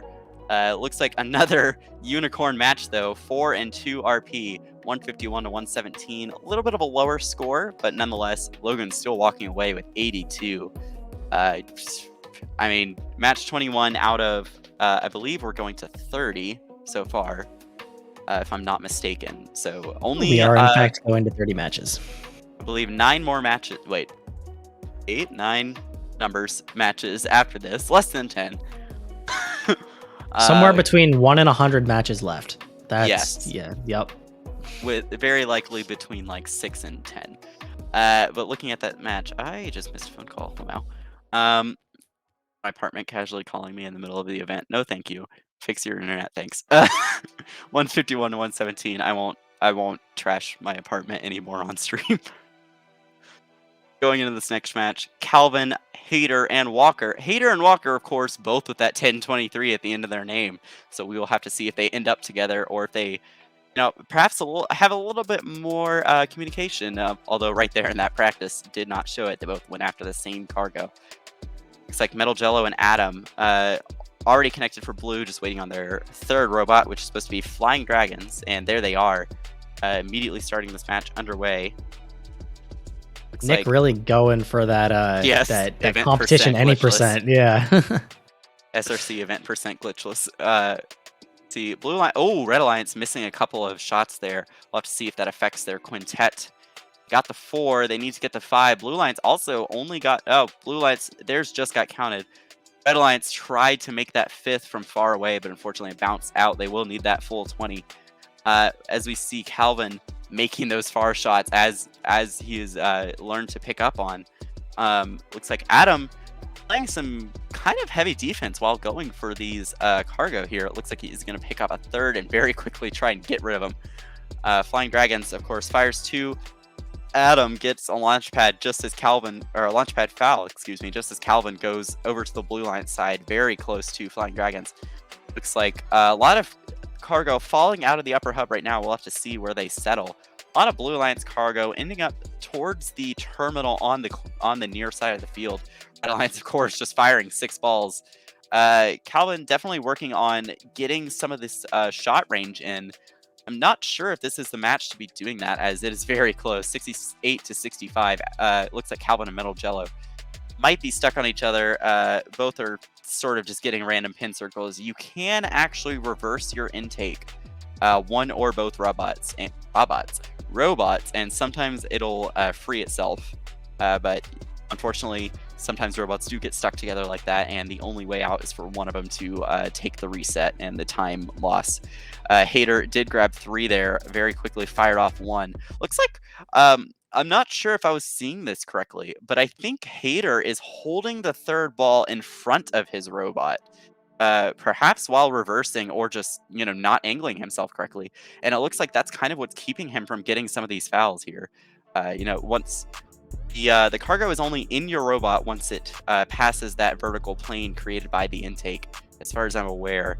So it looks like very much taking advantage of that, holding cargo in front of their robot. 115 to 116, here we go, heading into endgame. Looks like Adam going for the traverse on FRC shooter, a little angled. Metal Jello going to go for it as well. Adam going for round 2. Red, Calvin already up. Walker very close on that high bar. Hater does stick with that low bar. You did see it rotate a little bit there. It looks like they did have to pull themselves up. Blue Alliance only 1 climb, which is really going to hurt their ranking points here. But 140 to 122, 4 to 1 RP, and once again Adam taking away that match MVP. Once we see these scores entered, we will see how the rankings are affected. Looks like Josh might be moving into the lead here. Walker right behind. Just kidding, his loss hadn't been counted yet, so Walker should move up ahead. I can read. Looks like we have Josh holding on to first place, perhaps. Of course, our sheet does take a second to update, so it's possible that he does only have the 6 matches in that. Walker was just in that match. And here we go. Here's Josh's 7th match. But Walker right behind. So Josh does need 3 RP at least to stay in first place in this match. It'll be Josh, Codster, and Thunder attempting to do just that against Waxton, Creative Casey, and Pop. Looks like Waxton immediately grabbing those two. No one popped the loader on red, which is interesting. I also don't know if this is actually a real match because the things aren't up. Very well could not be. This very well could just be practice. Ah, there it is. All right, so auto 38 to 28. 9 to 6 cargo. 44 to 32 coming into Teleop. Ooh, Thunderhawk gets a little bit of a penalty there. Looks like auto, they may have both been able to get the quintet there. It's very close. It's a little bit hard to tell. But Red Alliance all just on their side of the field, just kind of hanging out here. Waxton looks like he's going to grab a second cargo ball. Codster got a launch pad foul there. Of course, we see Pop making their way over to that launch pad, as they always do, drawing those fouls out of Codster, who is perhaps a little bit too aggressive, but does not currently change who is winning the match. Blue Line's still ahead by about 18, 20 points, 92 to 76, as we have a minute 30 left in this match. Waxton lining up for a regular cycle. Pop trying to line up on that launch pad. Creative Casey getting in their way a little bit. Codster trying to grab some of this cargo that's made its way over into their own hangar. Looks like Thunderhawk and Waxton are kind of tussling here up against that fender. Looks like both of them wanted to make a shot. Zoe got in first. Waxton only shot one to make up for it. Josh grabbing some of this blue cargo. Lots of red cargo right over here. Oh my goodness. Pop looks like they're caught on a cargo ball. Drifting right there. And doing some Tokyo drift moves right here. Blue Alliance, though, all on their side, taking advantage of the lack of Red Alliance bots over here right now. Lots of Blue Alliance cargo, of course, on that side. Red Alliance just trying to pick it up where they can. 35 seconds left to go. Red Alliance cargo bouncing towards Blue's hangar, which is going to cause some problems here. 29 seconds left, and we are seeing Waxton playing a little bit dangerously there, going for some of those Red Alliance cargo that are near that hangar zone. And it looks like Codster is going to be the first to climb for Blue. Pop already up on the high bar for Red, going for that traverse. Looks like they barely hooked on. They're going to have to hold up there. Creative Casey, of course, following them. Josh coming in for Blue Alliance. Looks like Thunderhawk not going to climb. Waxton is attempting a low. Ooh, Thunderhawk, I stand corrected, makes it onto that low bar at the last possible second for an insane score of 211 to 156. And penaltyless. I was really hoping to see that. We do see Waxton of the Red Alliance taking home MVP, but Josh and Codster are right behind, 78 and 77 respectively. It looks like in-game 25-21, about what we've seen. 81 cargo on that Blue Alliance there. Absolutely insane. More than quadrupling that cargo requirement. But heading into this next match, hoping to steal the thunder a little bit, we have Dar, Adam, and Calvin, another fast climber, versus Ricardo, Anthony, and Metal Jello. Very consistent player here. So we have, three very good players on both alliances, but really kind of taking a look at Metal Jello versus, I think Calvin here is one of the big highlights of this match. Of course, Calvin been working on getting their climb more consistent, getting on those far shots. Metal Jello trying to steal a few more MVPs and make sure that they can get that climb every single time. Coming out of auto, though, it's 42 to 38, very close match right away, and it looks like Blue Alliance was able to just score a bunch. Red Alliance, it looks like Anthony may have tried to do a 3-ball there, but was perhaps shooting a bit fast and was under defense and missed them.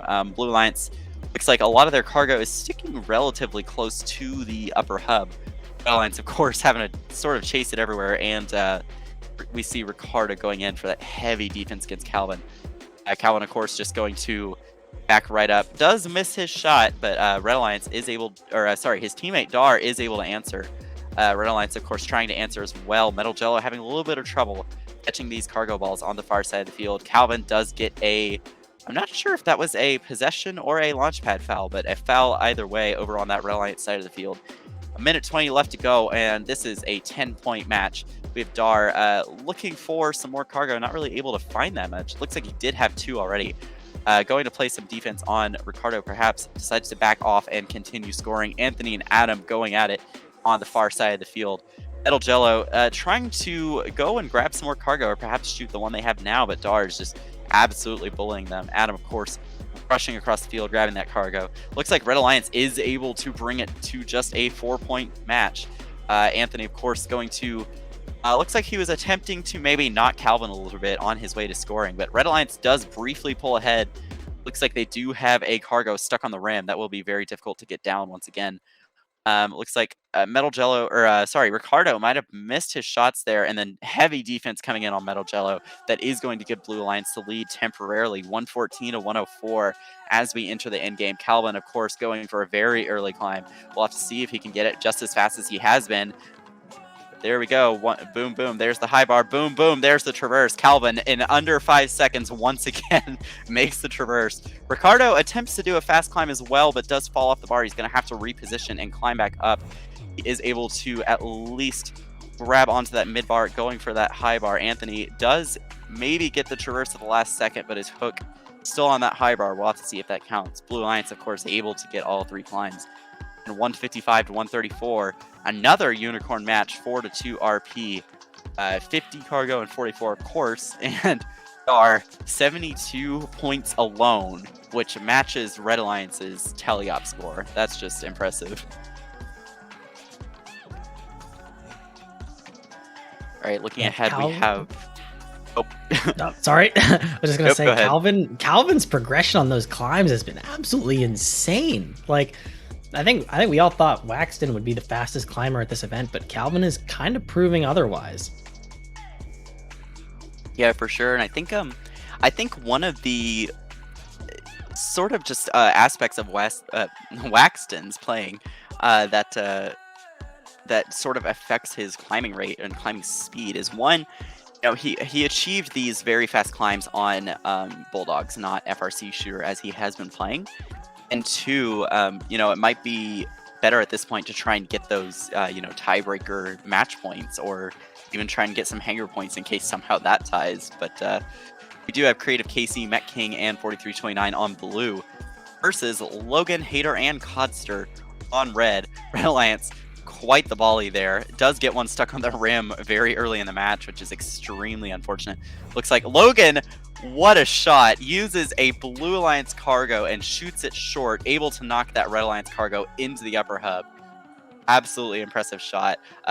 Unfortunately, their alliance partner Hater, getting a possession foul there, was not able to fire those off fast enough.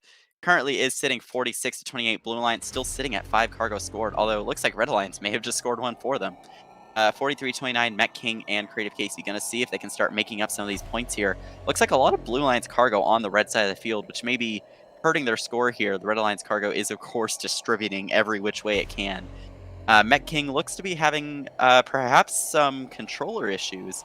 Looks like they managed to wedge themselves under that low bar one way, but were not able to wedge themselves the other way, so they are going to have to go out the side. Currently a 50-point match. Red Alliance pretty dominant in this match so far, 94 to 44. Blue Alliance still not quite at that cargo threshold. Creative Casey is going to fire off a cargo, makes it in. 43-29, not quite making it in. They are up to 15 with 65 seconds left to go. 112 to 148, 45 to 15 cargo. Red Alliance currently tripling the Blue Alliance right now. Kind of a blowout match. I'm not sure if there's much that Blue Alliance could do to bring it back, but we've seen matches go every which way, so we could see a huge upset here. 134 to 54. It's looking less and less likely, but we will see. Red Alliance is going to attempt to push Met King off the bar before the end game. Met King will have to reline. Definitely going to slow down their climb here. Might actually cost Blue some of these climbs. Hater goes in for a second bump right before the end game. Manages to get out of there. Looks like Met King unsure of where to start climbing. They're going to see if they can get their teammate Creative Casey to start climbing as well. 43-29 looks like they're looking for something to do. Not a lot of cargo, nowhere to go. Codster and Hater both climbing for the Red Alliance. Going to go for that 200-point match. Just absolutely insane score so far. Logan going to see if they can score as many cargo as possible. 43-29 going for some last-minute cargo as well. Logan going to go for that mid-climb as Codster makes his way up to the traverse, and Hater makes his way up to the high.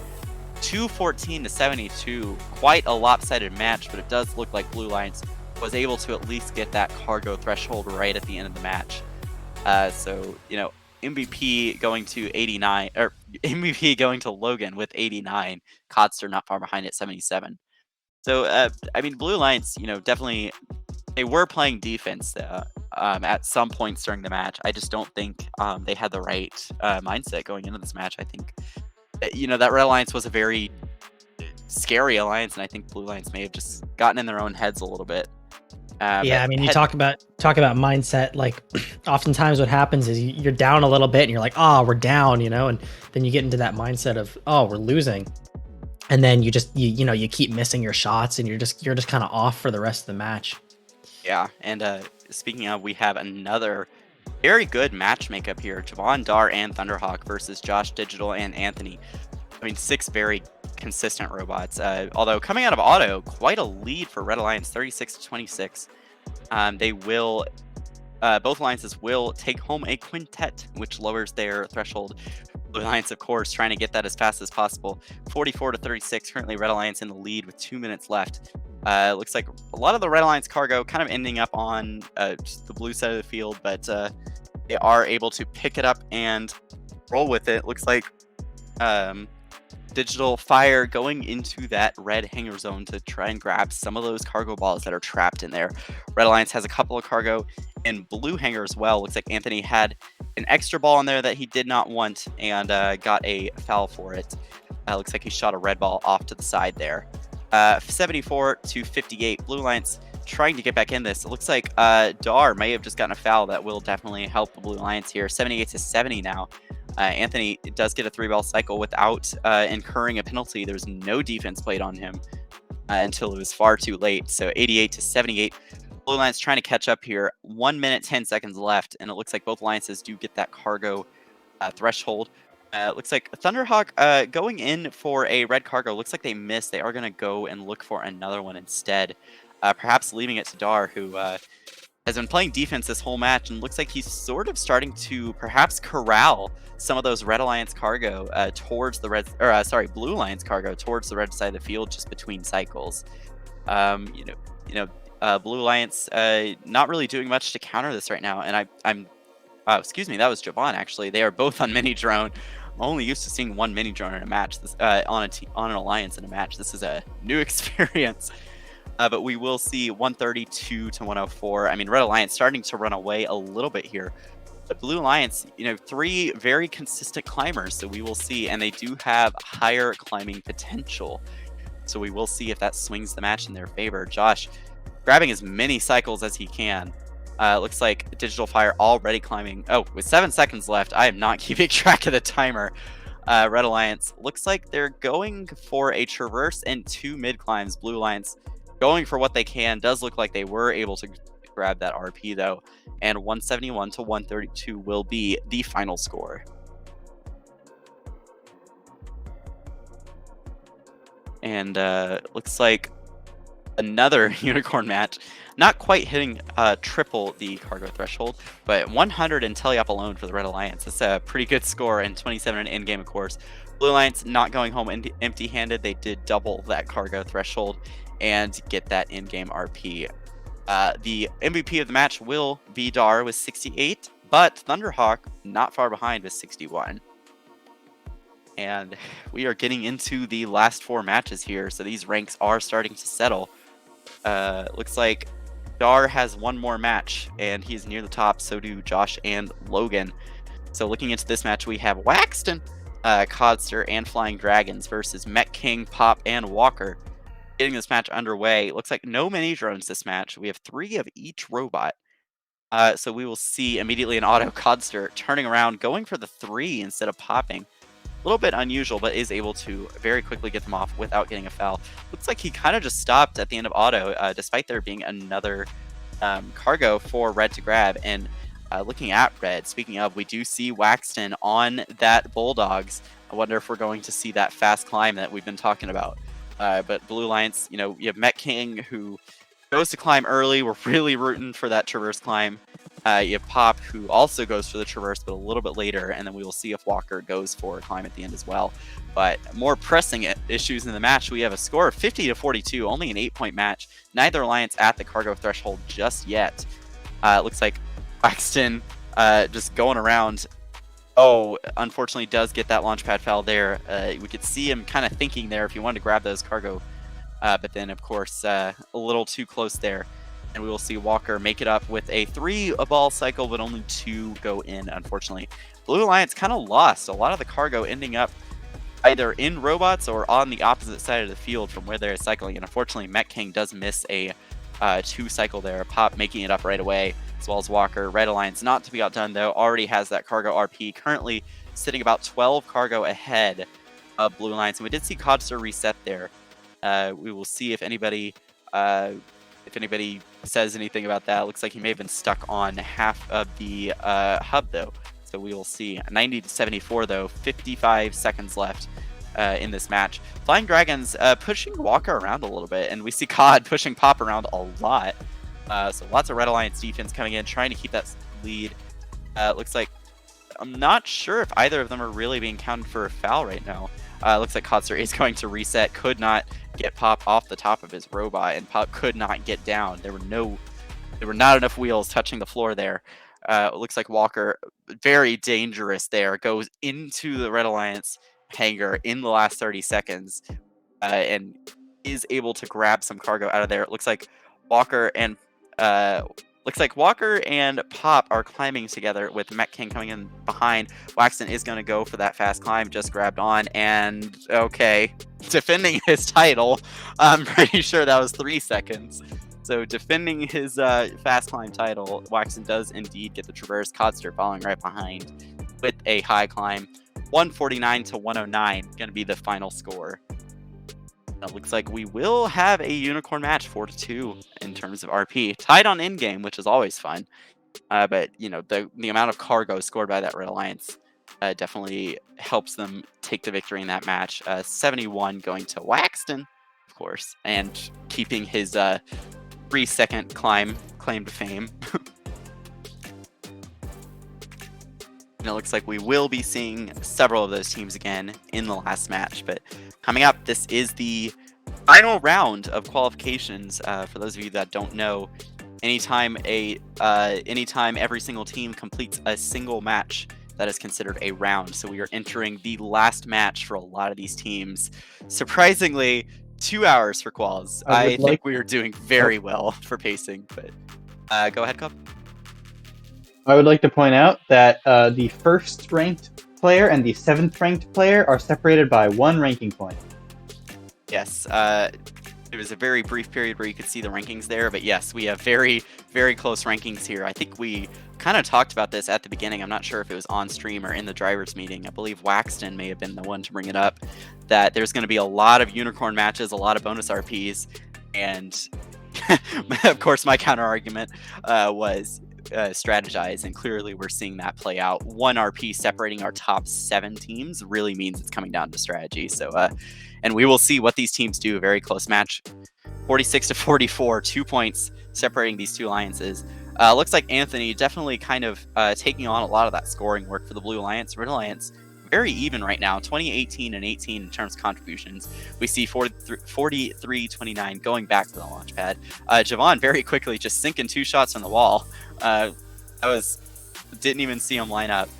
We have Metal Jello trying to grab some cargo. Javon trying to get that perhaps a foul or just block Metal Jello from scoring at all. But Javon bouncing between these Red Alliance robots super quickly, able to slow them down quite a bit. But unfortunately, Blue Alliance just not able to quite make up the difference just yet. 80 to 68, about a 12-point match. It looks like KC kind of ran themselves into a bunch of cargo there and picked up mostly red. They do not want those, so they are going to fire them just back into the field. And it looks like they almost bounced it off Hater into the low goal. That would have been quite the shot. Anthony is going to come back here, grab some cargo, and just fire away. We've seen him score very fast. Looks like Hater...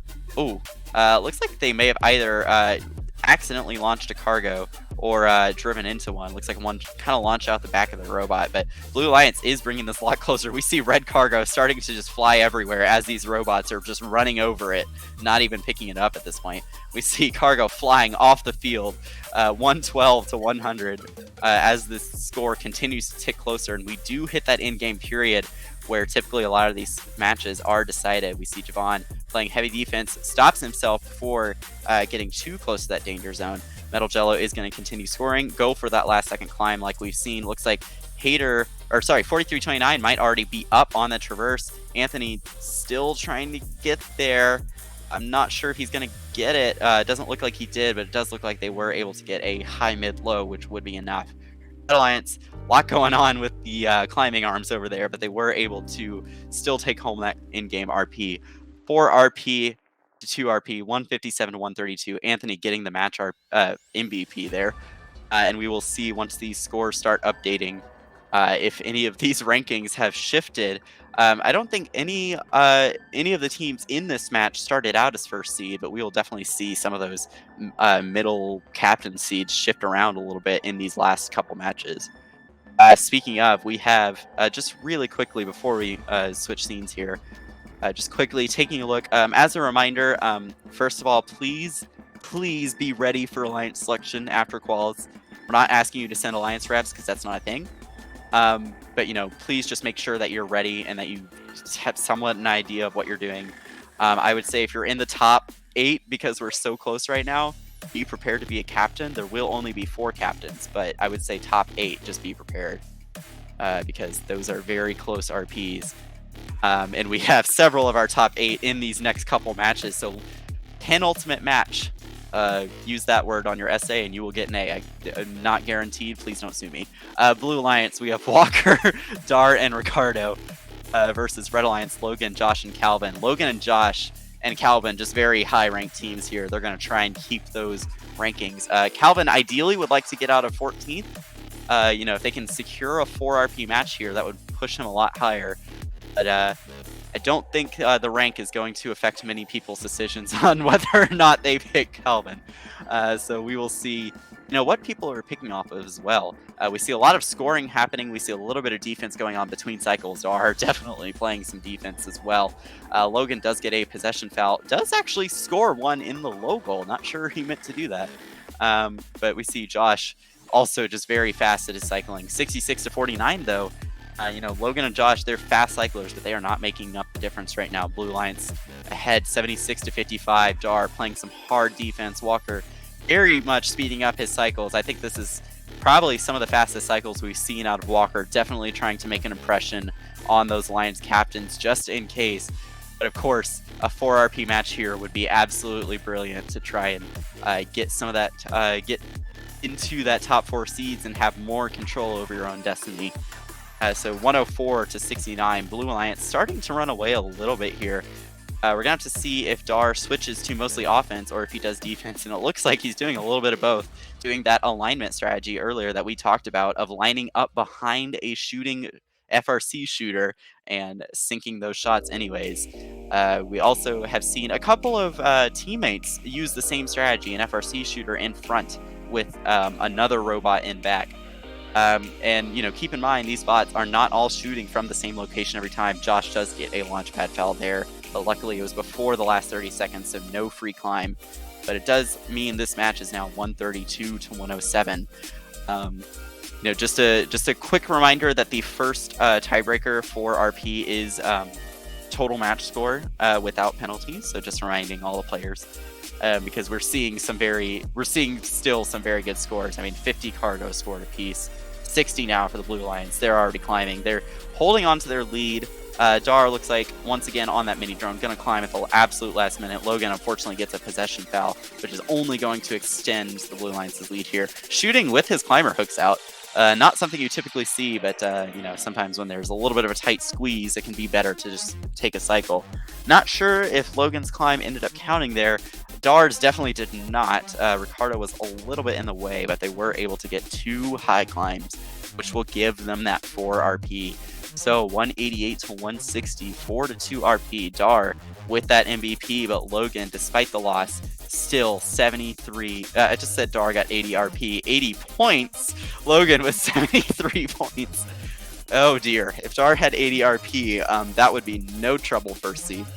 But no, as we're looking at the actual ranks, looks like Digital Fire, unfortunately, a little unlucky there, 0-8, but they are going to be in this last match.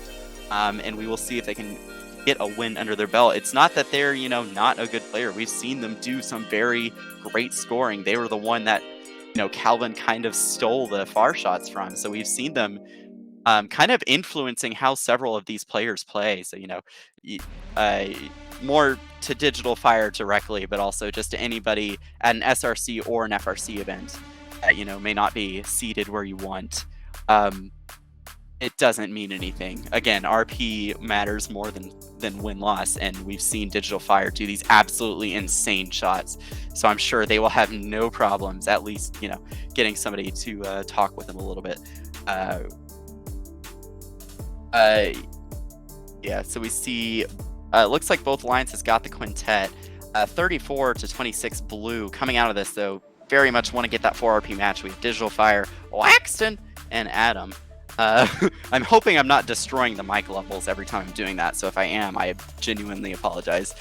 But we do see those three on the blue alliance trying to get that 4 RP match here, but red alliance, Flying Dragons, Thunderhawk, and it looks like they're missing Hater. I'm not sure if there was a potential disconnect issue there, but unfortunately that is going to put them a little bit behind. They are still in, they are not supposed to be in that match. That is actually supposed to be, I am completely misreading things. No, sorry, Flying Dragons and Thunderhawk Zoe are there. That is from the previous match where Hater played. Unfortunately, Pop does have to step out of the rest of the competition. Thank you so much, Pop, for playing. You were an excellent player. I absolutely loved seeing you play. And we really wish we could see you in elims, but we do recognize that things come up. So thank you so much for playing. And you know, heading into alliance selection, you know, if you don't get picked, it's you know, don't worry about it. We plan on, you know, maybe not me because I've been stressed trying to get this going, but we will try and coordinate some more future events when things with FRC settle down a little bit. But you know, we are going to see a lot of these players in FRC, so you know, make sure you're checking out those competitions as well. We're going to see some exciting match play, and who knows, maybe they're watching right now and they're going to steal some of our strategies. But we do see heading in this in-game, looks like blue starting to run away here. Unfortunately, Red Alliance being down that member is never fun, but you know, they're still doing pretty well. They already have the cargo RP, and it looks like Thunderhawk is very early going to go for that traverse climb, try and get that traverse RP. You only need 2 robots to get that RP, so, you know, they still could get it here. Looks like their hook might be slightly off-center, but as long as Flying Dragons can at least make it up, it doesn't look like they will. Unfortunately, Red Alliance only going to take home 1 RP there, 160 to 96, but still a very impressive score with only 2 players against that caliber of an alliance. You know, don't count those 2 out. That was very impressive, very great performance by those 2. I mean, even look at Otto, 22 to 28, in, you know, 2v3. That was incredible. Incredible performance by the Red Alliance, but it will be Blue Alliance taking home the 4 RP. Only 20 in-game, and we do see Waxton taking home that MVP once again. But with that, I believe that is the last call match, and I will be quickly... I'll be not commentating as intently. We do have Jake going to visit with the other alliance, or not with the other alliance, going to speak with the players. And it looks like we will be, I will not be present, Kabi, I may not be present, and Kabi definitely will not be present for the alliance selection portion specifically. That will be run by Jake. And it looks like they will be in either a separate place or... I'm not sure what's going on here.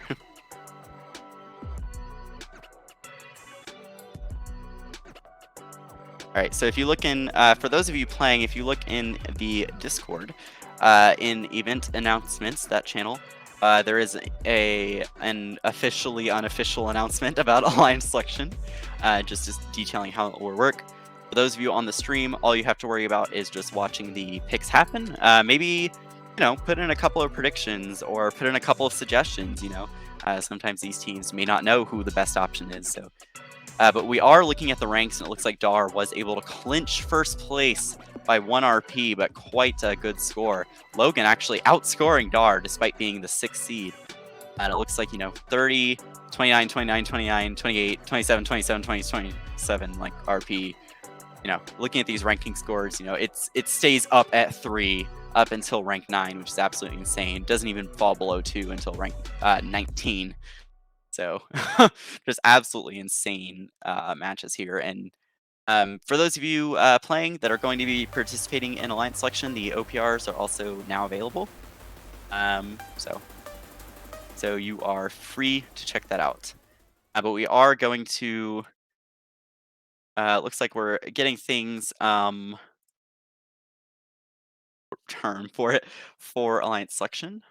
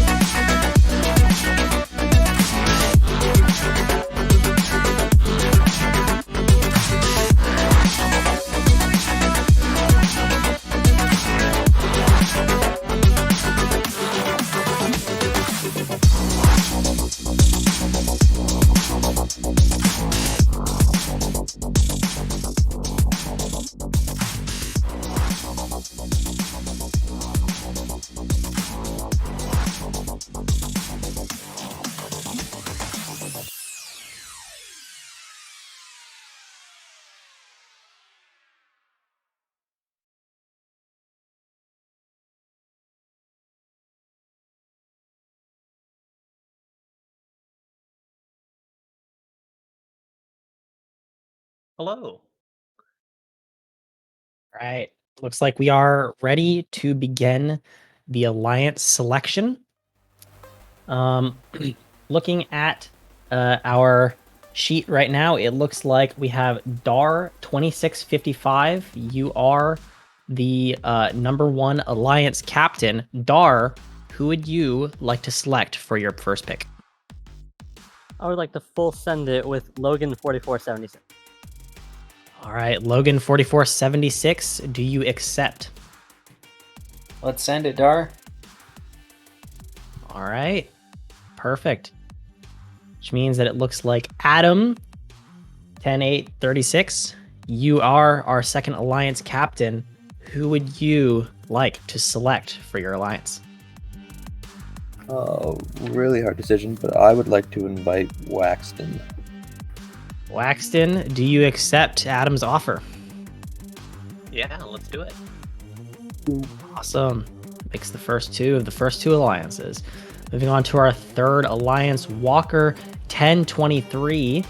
Who would you like to select to invite to your alliance? On behalf of myself, I would like to formally extend an invitation to Hater 1023.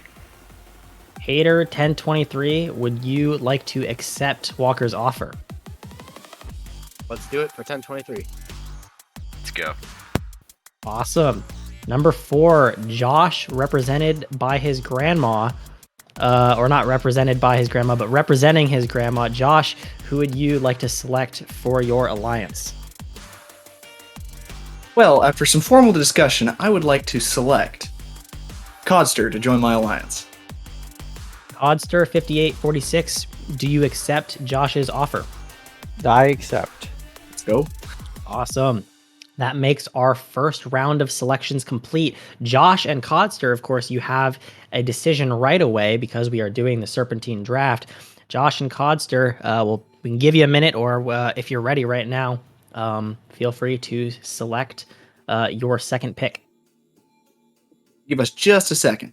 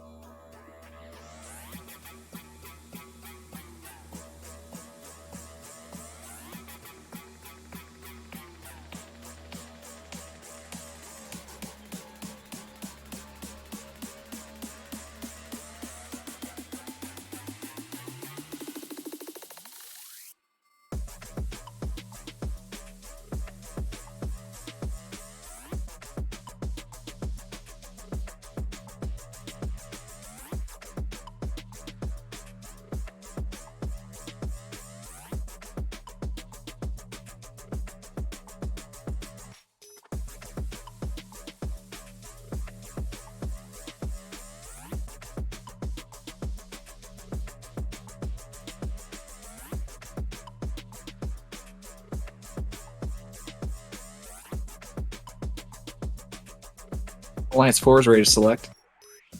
Awesome. Alliance 4, Josh and Codster, who would you like to select for your alliance? Codster and I would like to select Thunderhawk to join our alliance. Thunderhawk Zoe, do you accept this gracious offer? On behalf of Team Thunderhawk Zoe, I gratefully accept. Awesome. That completes our 4th seed alliance. Moving back up to the 3rd seed alliance, Walker 1023 and Hater 1023. Who would you like to select for your alliance? On behalf of the boys, we would like to extend an invitation to Anthony 3175. Anthony 3175, do you accept Alliance 3's offer? Yeah.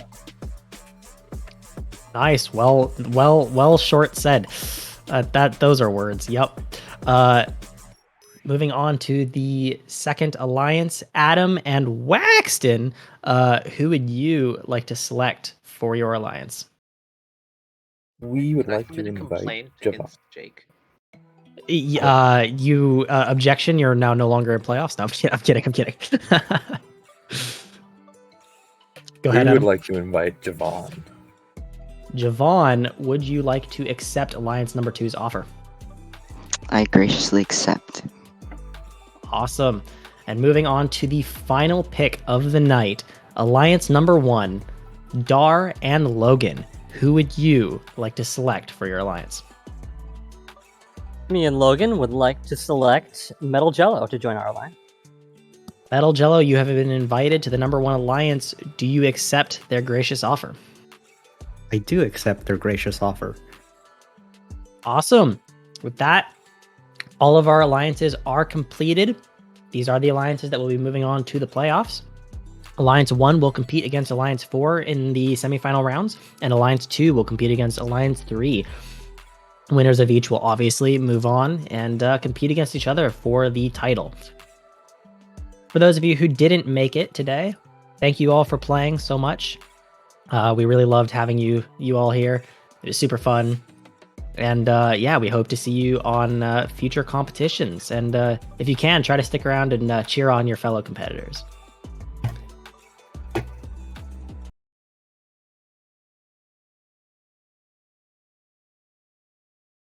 All right, everybody, welcome back to, or I guess welcome to our playoffs, our first playoffs that we've had since TLS.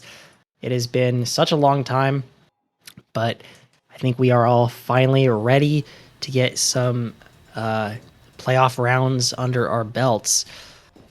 Looking at our alliance bracket, we're going to have alliance number 1 face alliance number 4 in semifinals number 1, and alliance number 3 face alliance number 2 in semifinals number 2.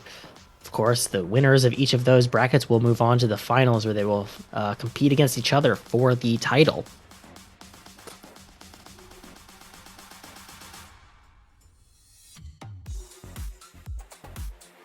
Alliance number 1, of course, being made up of Dar 2655, Logan 4476, and Metal Jello. In that first match, they'll be facing Josh 4910, Codster 5846, and Thunderhawk Zoe. The other side of the bracket will have Adam 10836 against Waxton and Javon. And they will be facing Walker 1023, Hater 1023, and Anthony 3175. Looks like we have all of our robots on the field for this first match.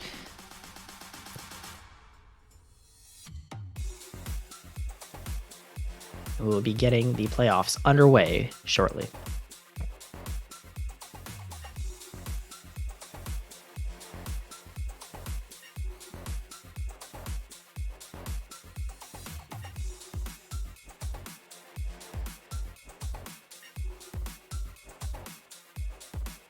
All right, we get this first match underway. Robots all backing up to go grab those cargo balls. Blue Alliance a little bit ahead of that Red Alliance. Red Alliance maybe just taking an extra second to line up. Both alliances approaching and getting that that quintet. Not that it really matters in playoffs. 42-42. We are level on scores with 2 minutes remaining in the match. Both Red Alliance and Blue Alliance scoring as many power cells as they can. Logan proving to be a defensive wall against Josh 4910. Josh, however, manages to cycle anyways, shooting off 3 cargo balls into that hub. We have Dar and Codster fighting each other for positioning on the field. Both of them lining up and getting their shots off. Josh putting in an absolutely massive 4-ball volley from the other side of the field that will help Blue Alliance's score increase. We do have a tech on Codster that will unfortunately lower Blue Alliance's or not lower Blue Alliance's score, but raise Red Alliance's score in opposition to Codster.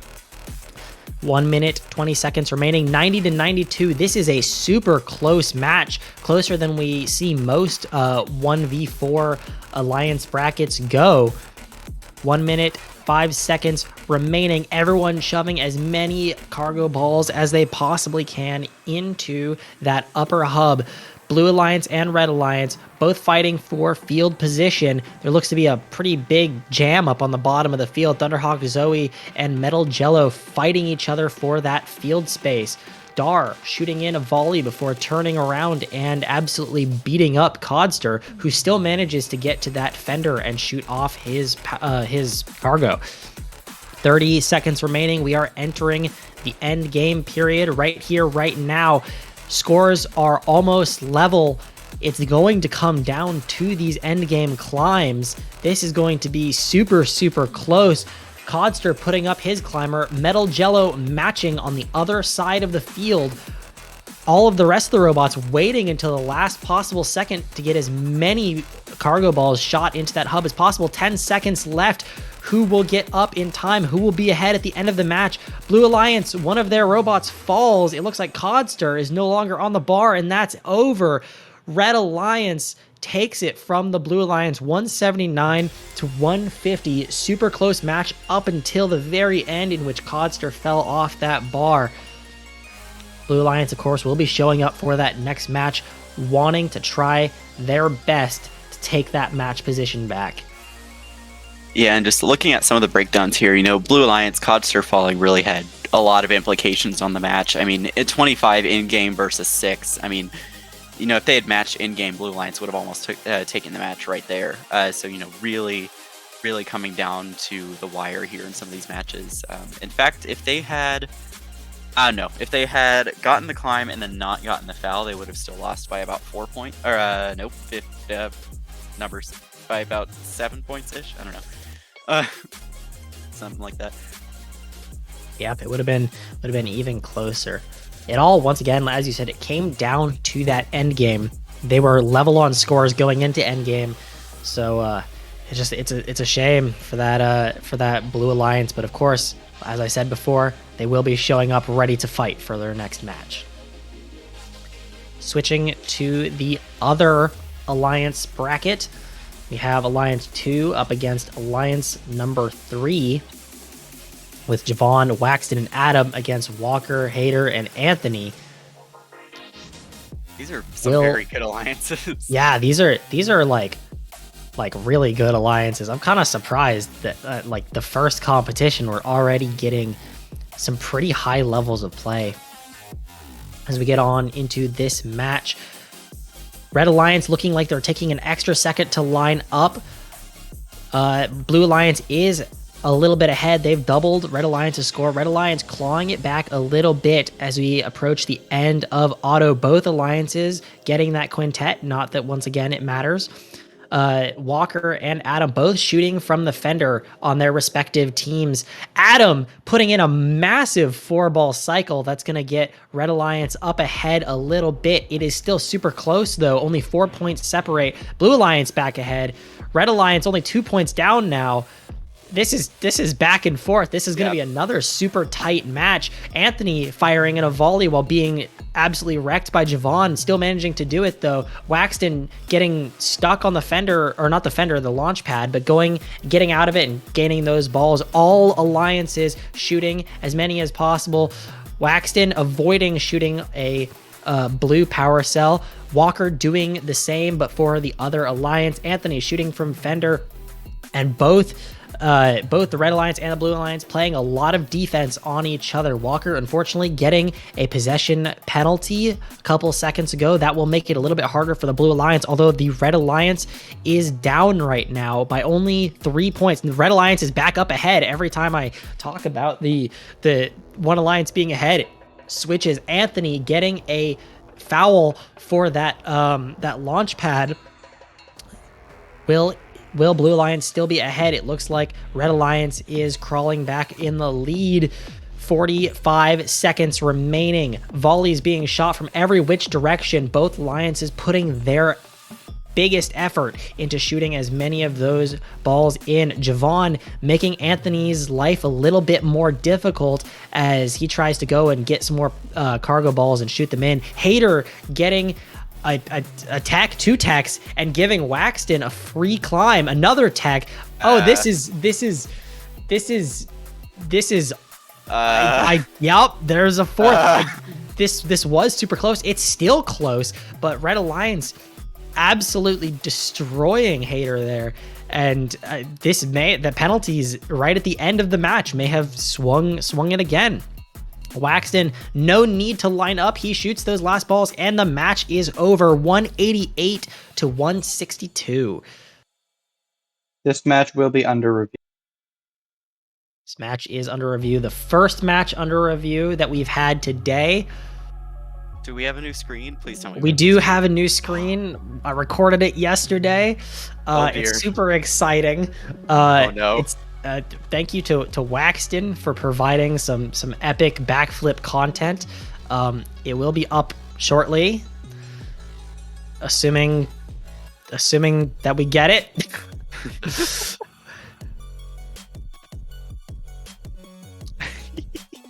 Someone may have murdered Nick. That's okay. We'll figure out how to move on with a dead Nick. I think he's back. All right. Is All he right, back? apparently we're doing it live. We're doing the match review screen live. All right.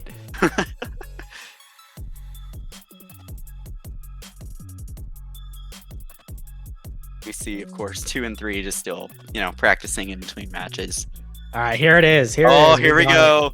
Yup. Yes. Yes. Look at that. Look at that. And yup. Once again, thank you to Waxton for both Waxton and Dar for me basically yelling at them last minute to be like, "Hey guys, I need help. I need some recording." And they both hopped onto a voice call, and we got some of the looping screens that we see across the competition. So of course, we also have Cobby, our wonderful ref, doing his best to analyze what went down in that match and try to maybe figure out some of those penalties that happened super late game for that Blue Alliance. That this may alter the result of the match. So we will see shortly. All right, so 3 penalties will be removed from the Red Alliance score, which means 12 points will be subtracted from the Red Alliance score, which I do not believe swings the outcome of the match. It does not. All right. Looks like Alliance number 2 will walk away with 1 win. Alliance number 3 will need to come back and try their hardest to bring a rubber match to the playoffs. Of course, right now we're about to see Alliance number 4 try to do the same. In this match, though, we did see a super high 85 from Waxton. That is very impressive as we approach these 100-point player contributions. It's kind of nuts.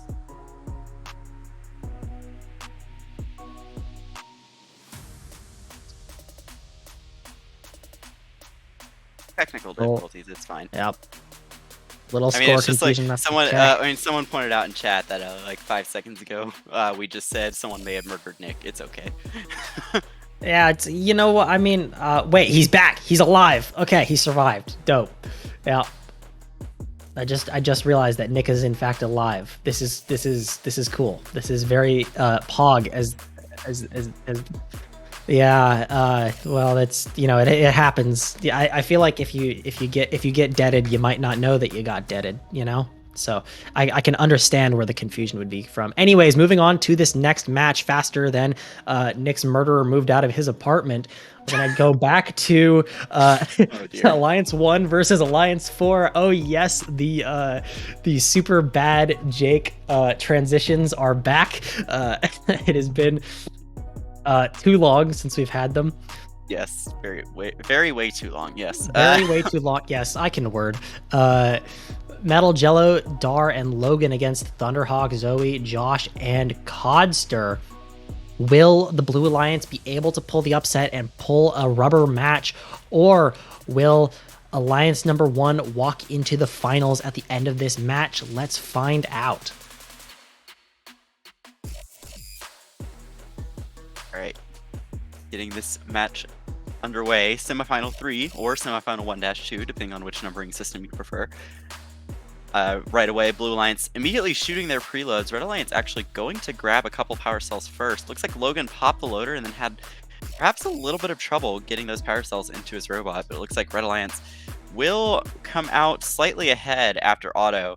40-34, still a very close match. Of course, Josh immediately doing what he does best, going for those extremely hard to reach cargo and immediately firing them off. Or excuse me, that was his teammate Kotzer. That's my bad. Josh now fires off that cycle. Lots of blue cargo just all together right now, which is going to make blue cycles very fast. They are keeping up 58-52 Red Alliance.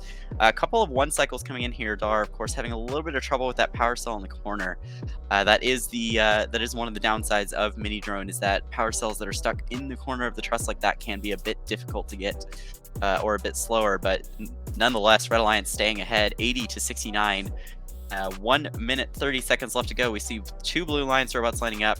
2 Red Alliance. Looks like Metal Jello may have accidentally fired a blue cargo ball into that upper hub, so that will bring Blue Alliance slightly closer, 94-85.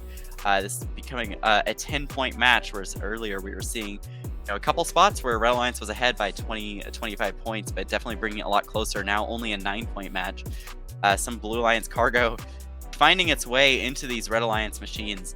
They're definitely having to get rid of that more often than they would like to. Looks like Metal Jello missed a shot there. That's going to let Blue Alliance answer even under defense. Kotzer gets both of those. Josh looks like he didn't make either of those. Some excellent defense from Logan right there. Dar looking for more power cells, not able to find any. 118-111 with about 45 seconds left to go. 15 seconds until our in-game period. And we have seen that period can change the match instantly. We have a lot of Red Alliance cargo over here towards the blue hangar zone. Same thing, couple Blue Alliance cargo making its way over there. Looks like Thunderhawk had a couple of extra cargo there, releases them, but they do go into that hangar and unfortunately follows Metal Jello into that hangar zone, so Metal Jello will receive a free climb. Red Alliance playing a bit dangerously though. Codster going to climb early as the Red Alliance bots finally clear out of that in-game area. We have 2 Blue Alliance robots still shooting with 10 seconds left. Josh just now making his way over to that bar. Oh, Codster once again falls off. He's going to attempt to climb back up. He's on the mid bar. Josh is on the high bar. Codster going up for the high bar. Oh no, Josh falls right at the end, which means the match score is unfortunately going to be 210-149. Blue Alliance just got incredibly unlucky there in that in-game. Yep, and with that, we will, of course, say goodbye to our number 4 Alliance. That is Josh, 4910, Codster, 5846, and Thunderhawk Zoe. Thank you so much for joining us in this competition, and we look forward to seeing you in the next one. Yeah, so just taking a quick look at the scores here before we officially say goodbye, or officially, send them on their way. 210 versus 149. I mean, that score is insane on its own. 149 is not a bad score, but man, up against 210, that's a little insane. There's not that much you can do against a 210 I see score, Cobb has given a shout out to his mom. But we will be moving on to the second alliance versus the third alliance, seeing if that third alliance can come back after a little bit of a tussle near the red hangar zone at the end of that last match. We will see if they can take it to the rubber match.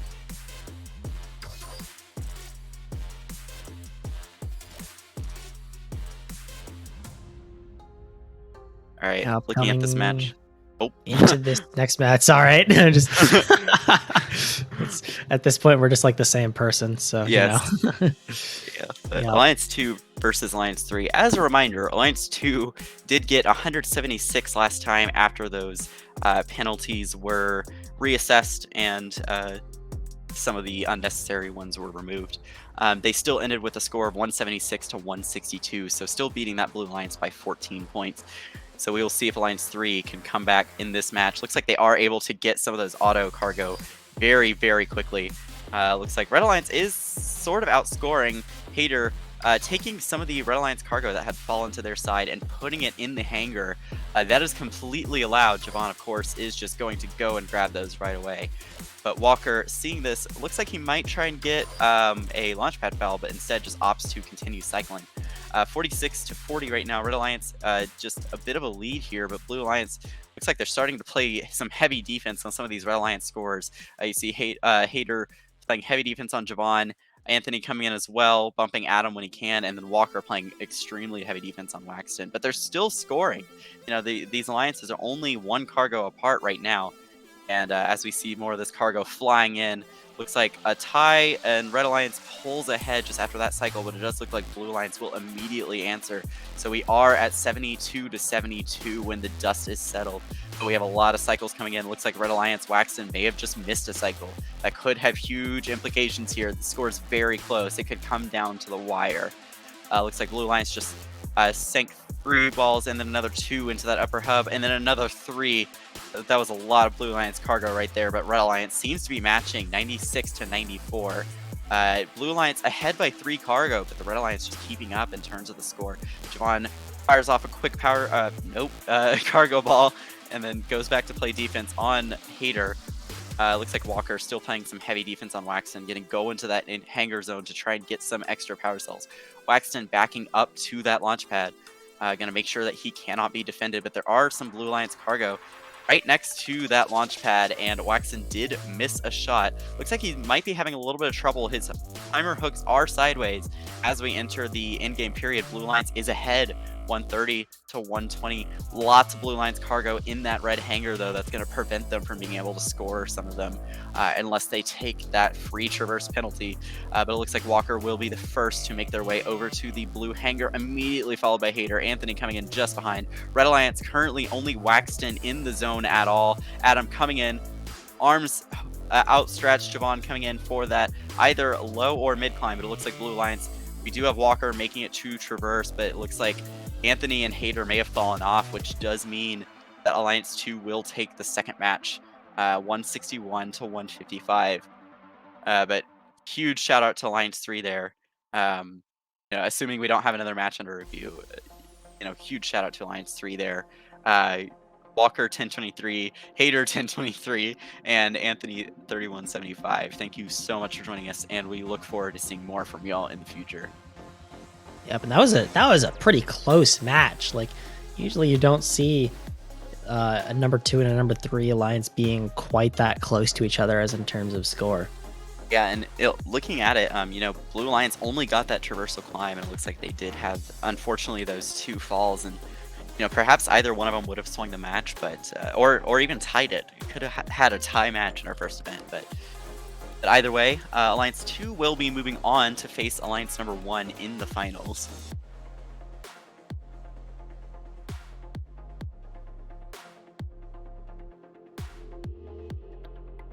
Yep, absolutely. So we will be seeing Dar 2655, Logan 4476, and Metal Jello facing off against Adam 10-8-36. Man, I don't know why I keep tripping up over Adam's numbers every single time, man.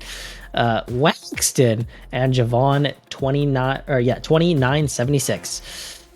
Oh man, numbers today are not happening. That's maybe I'm the one that died. I don't know.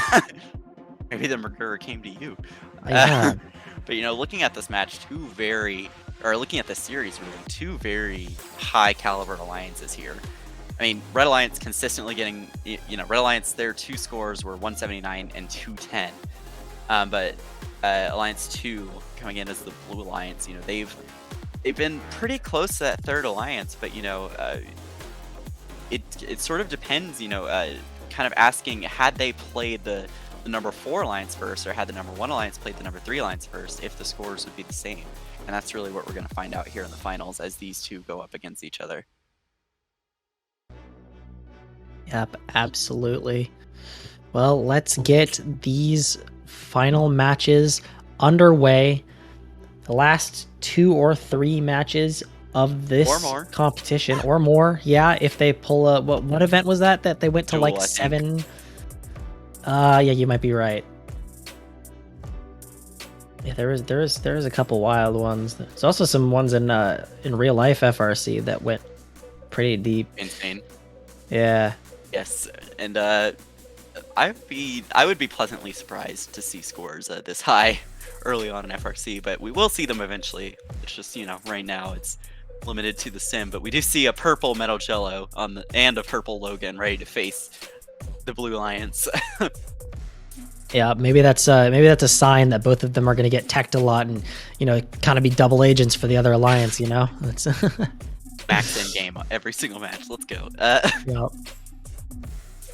Right, but we do see Dar, Logan, Metal Jello versus Adam, Waxton, and Javon.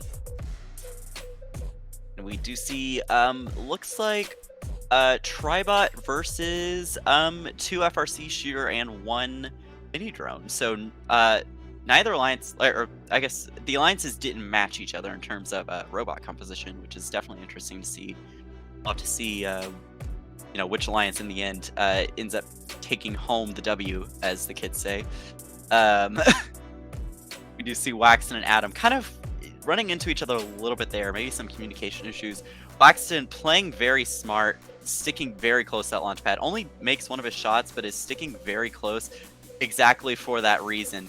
He wants to make sure that Logan gets that foul. Doesn't look like Logan quite moved far away enough for Waxton to get that second launch pad, but nonetheless was able to get a foul, and that does. Oh my goodness, Waxton Dar. Oh dear. We've got this is like back to like 4.6 version of the sim and infinite recharge. Oh, that was interesting. Luckily not during in-game, but they are able to reset. Dar is able to reset after flipping over. It looks like Waxton just got pushed back a bit. But man, that was a surprise. It took until finals 2 to see that off, like 2 robots bouncing off each other, but it finally happened, and it looks like it may have affected how these alliances are playing, because they are now 82 to 84 and 84 to 84 with a minute left, and Blue Alliance just sinking. Oh, wow. Logan immediately seeing that just sinks the 3-ball cycle, but Blue Alliance, Adam scoring very fast. Looks like 1 red, 1 blue went in, so that will break even. Metal Jello pinned Adam for a little too long there.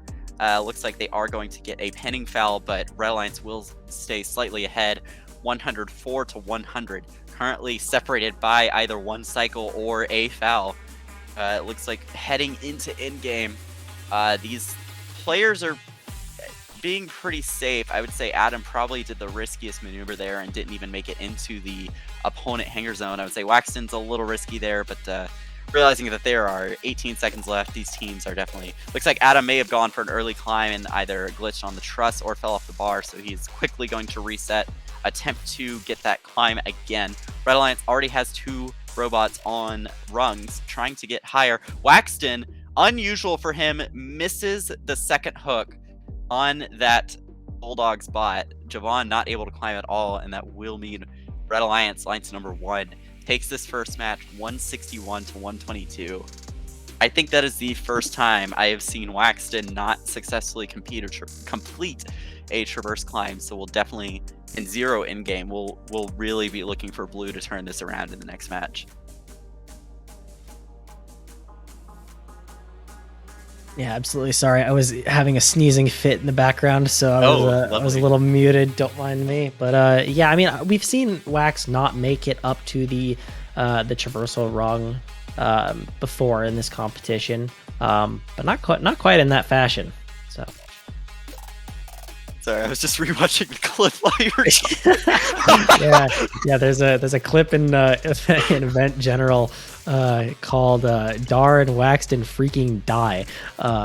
So definitely go give Yes. that a quick watch. I was It's watching funny. it, just trying to see where you cut it off because that was funny, and you cut it off right after I went, "Oh my!" So that's great. Anyway, Yeah. I mean, despite Yeah. Dar completely going upside down, is able to score 40 points just by himself. Logan, of course, scoring 83.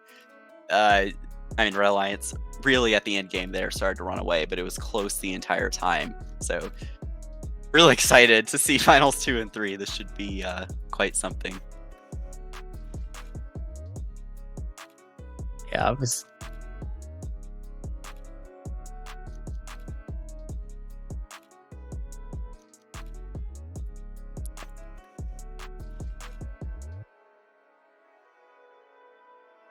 Right, so I mean, I just kind of, we talked about strategy just this whole time. What do you think the Blue Alliance, just, not giving them, play by play, but just a couple things you noticed throughout the match that you think Blue Alliance could definitely capitalize on? Well, first of all, end game. Yes. Got to get that end game up. If they had gotten that end game, it would have been a lot closer.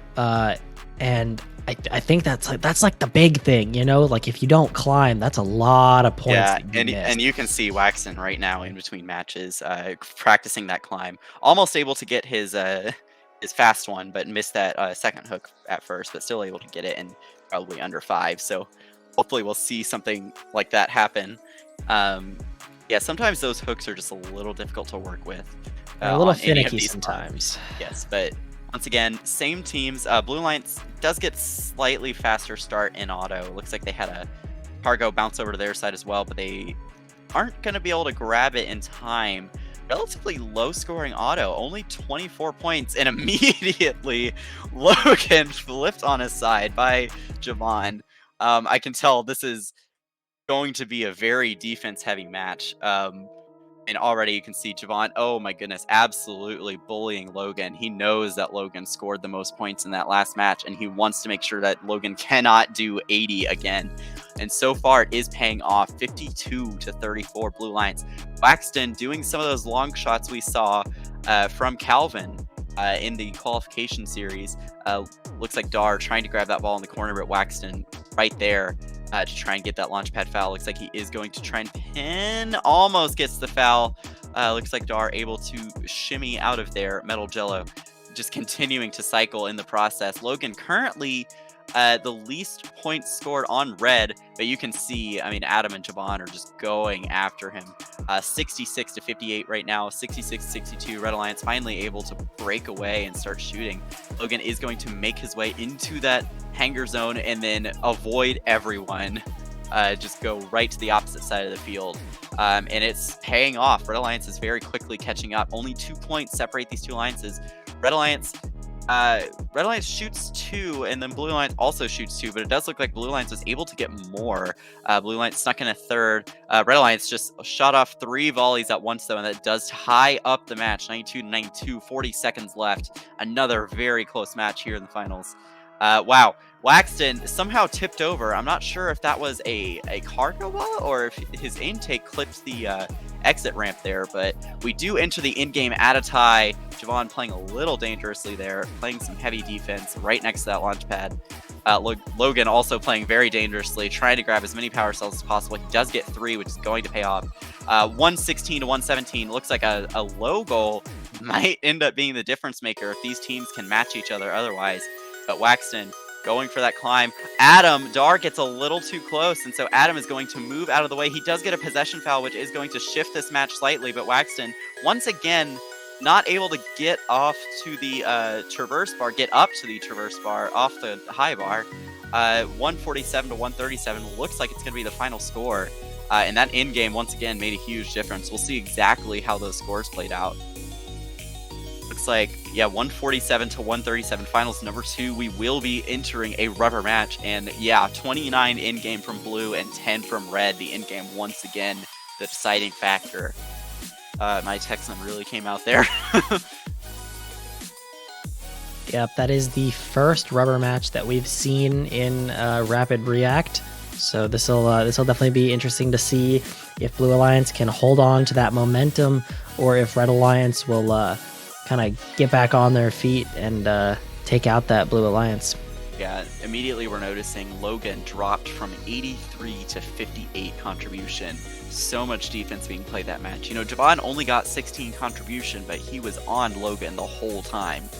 So, you know, you have to ask, like, how much should we really be crediting Javon with, since Logan did get brought down by so much. And it looks like there were sections of the match where Logan just was not shooting at all because Javon was just glued to him. Yeah, and we talked about, you know, in-game and defense being like some of the key factors for Blue Alliance to bring this back. And that's exactly what they did. Javon was absolutely crazy on that defense, and Blue got the in-game, whereas Red did not. So moving into Finals 3, you know, Red really wants to make sure that they are maybe like cycling in and out who's on the defender, you know, have someone come in and just willingly take that sacrifice. But, you know, really going to have to figure out how do they rotate in these players, or just cycle fast enough to where defenders aren't an issue. And they need to get that in-game back that they had that first match. But either way, both alliances really, really high scoring potential here. Should be a very exciting Finals number 3. And we do have a prediction going up in chat. Who will win, Red Alliance or Blue Alliance?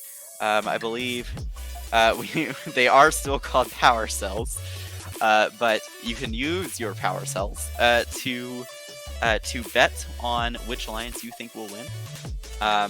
Keep in mind, this is all good fun. You know, don't take it too seriously. Keep in mind, you know, if one alliance is heavily favored, the other alliance will reward you with more power cells, and there's some awesome rewards you can get.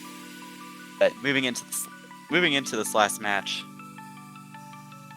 we will let the predictions continue to roll in for just a few more seconds here. Looks like so far, immediately, Red Alliance heavily favored, 1.6k to 35k. And Labib is going to take it personally if he loses, so that's sad. But we do see Red Alliance and Blue Alliance going into Finals number 3. Winner takes all the marbles. Tegan is here in spirit. You're welcome. This one's for all the marbles. Here we go. All right. Right underway. It looks like both alliances very slow to get some of those auto shots into that upper hub. Red Alliance and Blue Alliance looking to match each other shot for shot. Red Alliance may have been able to get an extra one, but Waxon getting it in just at the end there.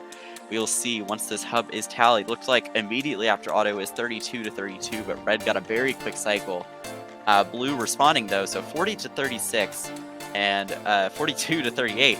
Wow, Cargo just coming in as I'm reading the scores out here. Looks like Blue Alliance. One of those oh my goodness, cargo balls bounce into that chute, that upper chute. Unfortunately, it will not count for points as it did not make it into the hub, but it will still take time to roll back to the field. Looks like Red Alliance, a lot of their cargo is just up in the air right now. So they are looking to play some defense while they are waiting for it to come back down. Blue Alliance, their cargo is kind of just at the edges of the field right now. Nothing really in the center. And Logan coming in for a very quick bump on Waxton is able to prevent him from shooting that cargo into the hub. 84 to 64. Red Alliance starting to pull away here. Looks like Blue Alliance is going to start playing a more heavy defense strategy. We see Javon on Logan just like he was last match. But we see Dar starting to come in, play perhaps a little bit of counter defense. Adam trying to come in as well, untrapping Javon from that pin. It looks like Adam, very close to a launchpad foul, is able to sneak out of it, 108 to 78. Red Alliance starting to run away as we enter this final minute of the match. We'll have to see what Blue Alliance can do. Looks like Waxton starting to hold Logan now. Dar completely on his side. That's going to hurt the Red Alliance here. Unfortunately, Waxon was not able to get a launchpad foul off of that, but it looks like, you know, a lot of the Red Alliance cargo did just drop straight out of Dar's spot, so he does have to make his way back over to this zone. And Adam absolutely holding Logan in place. No players going towards their opponent hangars. No one wants to give a free climb. Red Alliance might try to get a few more cargo here, 142 to 108. Not sure if Blue Alliance is going to go for the climb or attempt to play some defense here. We know Waxon can climb very fast. We will see if he is able to pull it off this match. Looks like his hook might have got caught on that high bar, unable to get it. Looks like Adam very much sideways on that bar, and Red Alliance able to get a double traverse. So it looks like it will be the Red Alliance. We will get those confirmed for you, but unofficially 174 to 130, finals match number 3. And so, assuming no cue boxes or no weird fouls, which it didn't look like there were any other than Tar getting flipped on his side, but there were no fouls. Looks like that may end up being the final score.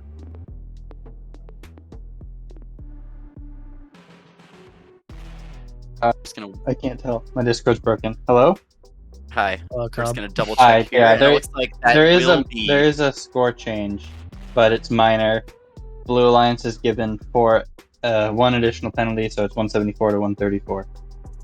Yeah, so not match affecting, but we will see 174 to 134 is your final score. Red Alliance takes it home, and it took me the entire event to realize what those counters at the bottom were. Those are climb counters. Cool, got it. Yep, Nick explained that at the beginning. I missed that. Anyways, we did see a very exciting series, both in the semifinals and finals, you know. I mean, first of all, you know, congrats to Red. Seriously impressive performance. Dar, Logan, and Metal Jello. Dar 2655, Logan 4476, and Metal Jello take home the victory. But a huge shout out to Adam 10836, Waxton, and Javon 2979 for their valiant efforts. I mean, some insane.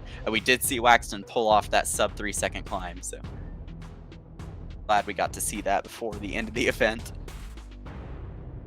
And just excellent insights as well, both to future SRC events once FRC settles down, and we'll see if, you know, FRC alliances start taking some strategy ideas.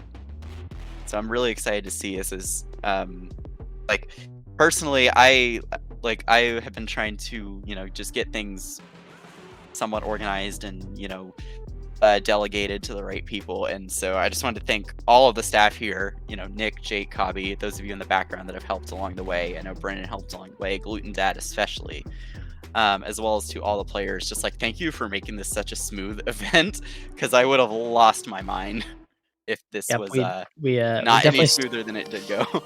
Yeah, we started off pretty rough. We were obviously a little bit late, you know, but I think everything once the event got started ran pretty smoothly. So, thank you all for making it, you know, such a smooth event. Yeah, seriously, I mean, none of this would happen without like the player base. So, I mean, you guys are what make the entire thing a reality. So, just thank you all so much. Yep. And with that, we will see you all in the next competition. Once again, reminder that everything is a little bit crazy right now around the world, so maybe take a couple of extra seconds to you know, just make some people around you smile, because I think that's smiling is a little something that, like, I feel like is a little hard to come by right now. So, you know, take those extra seconds, give someone a COVID safe high five. You know, send someone a message saying, "Hey, what's up?" You know, just tell someone a joke, send someone a meme. Just brighten up some people's day. Yeah, drink some coffee if you're a coffee drinker like me. That always makes me happy. But yeah, as we see the text getting bigger and bigger and more corn colored. More corn colored. It is time. Okay, you can't see it on the stream, but I'm pretty sure Cobb, or it was either Nick or Cobb, just like copied the. Yep, there it goes. Okay. Yeah, Cobb has officially taken over the event. So with that, it's time to end. Oh dear. We need to leave before Cobb takes over the world. We will see you all in the next event. Goodbye, everybody. Yes, please rescue us from the corn man. Please send help.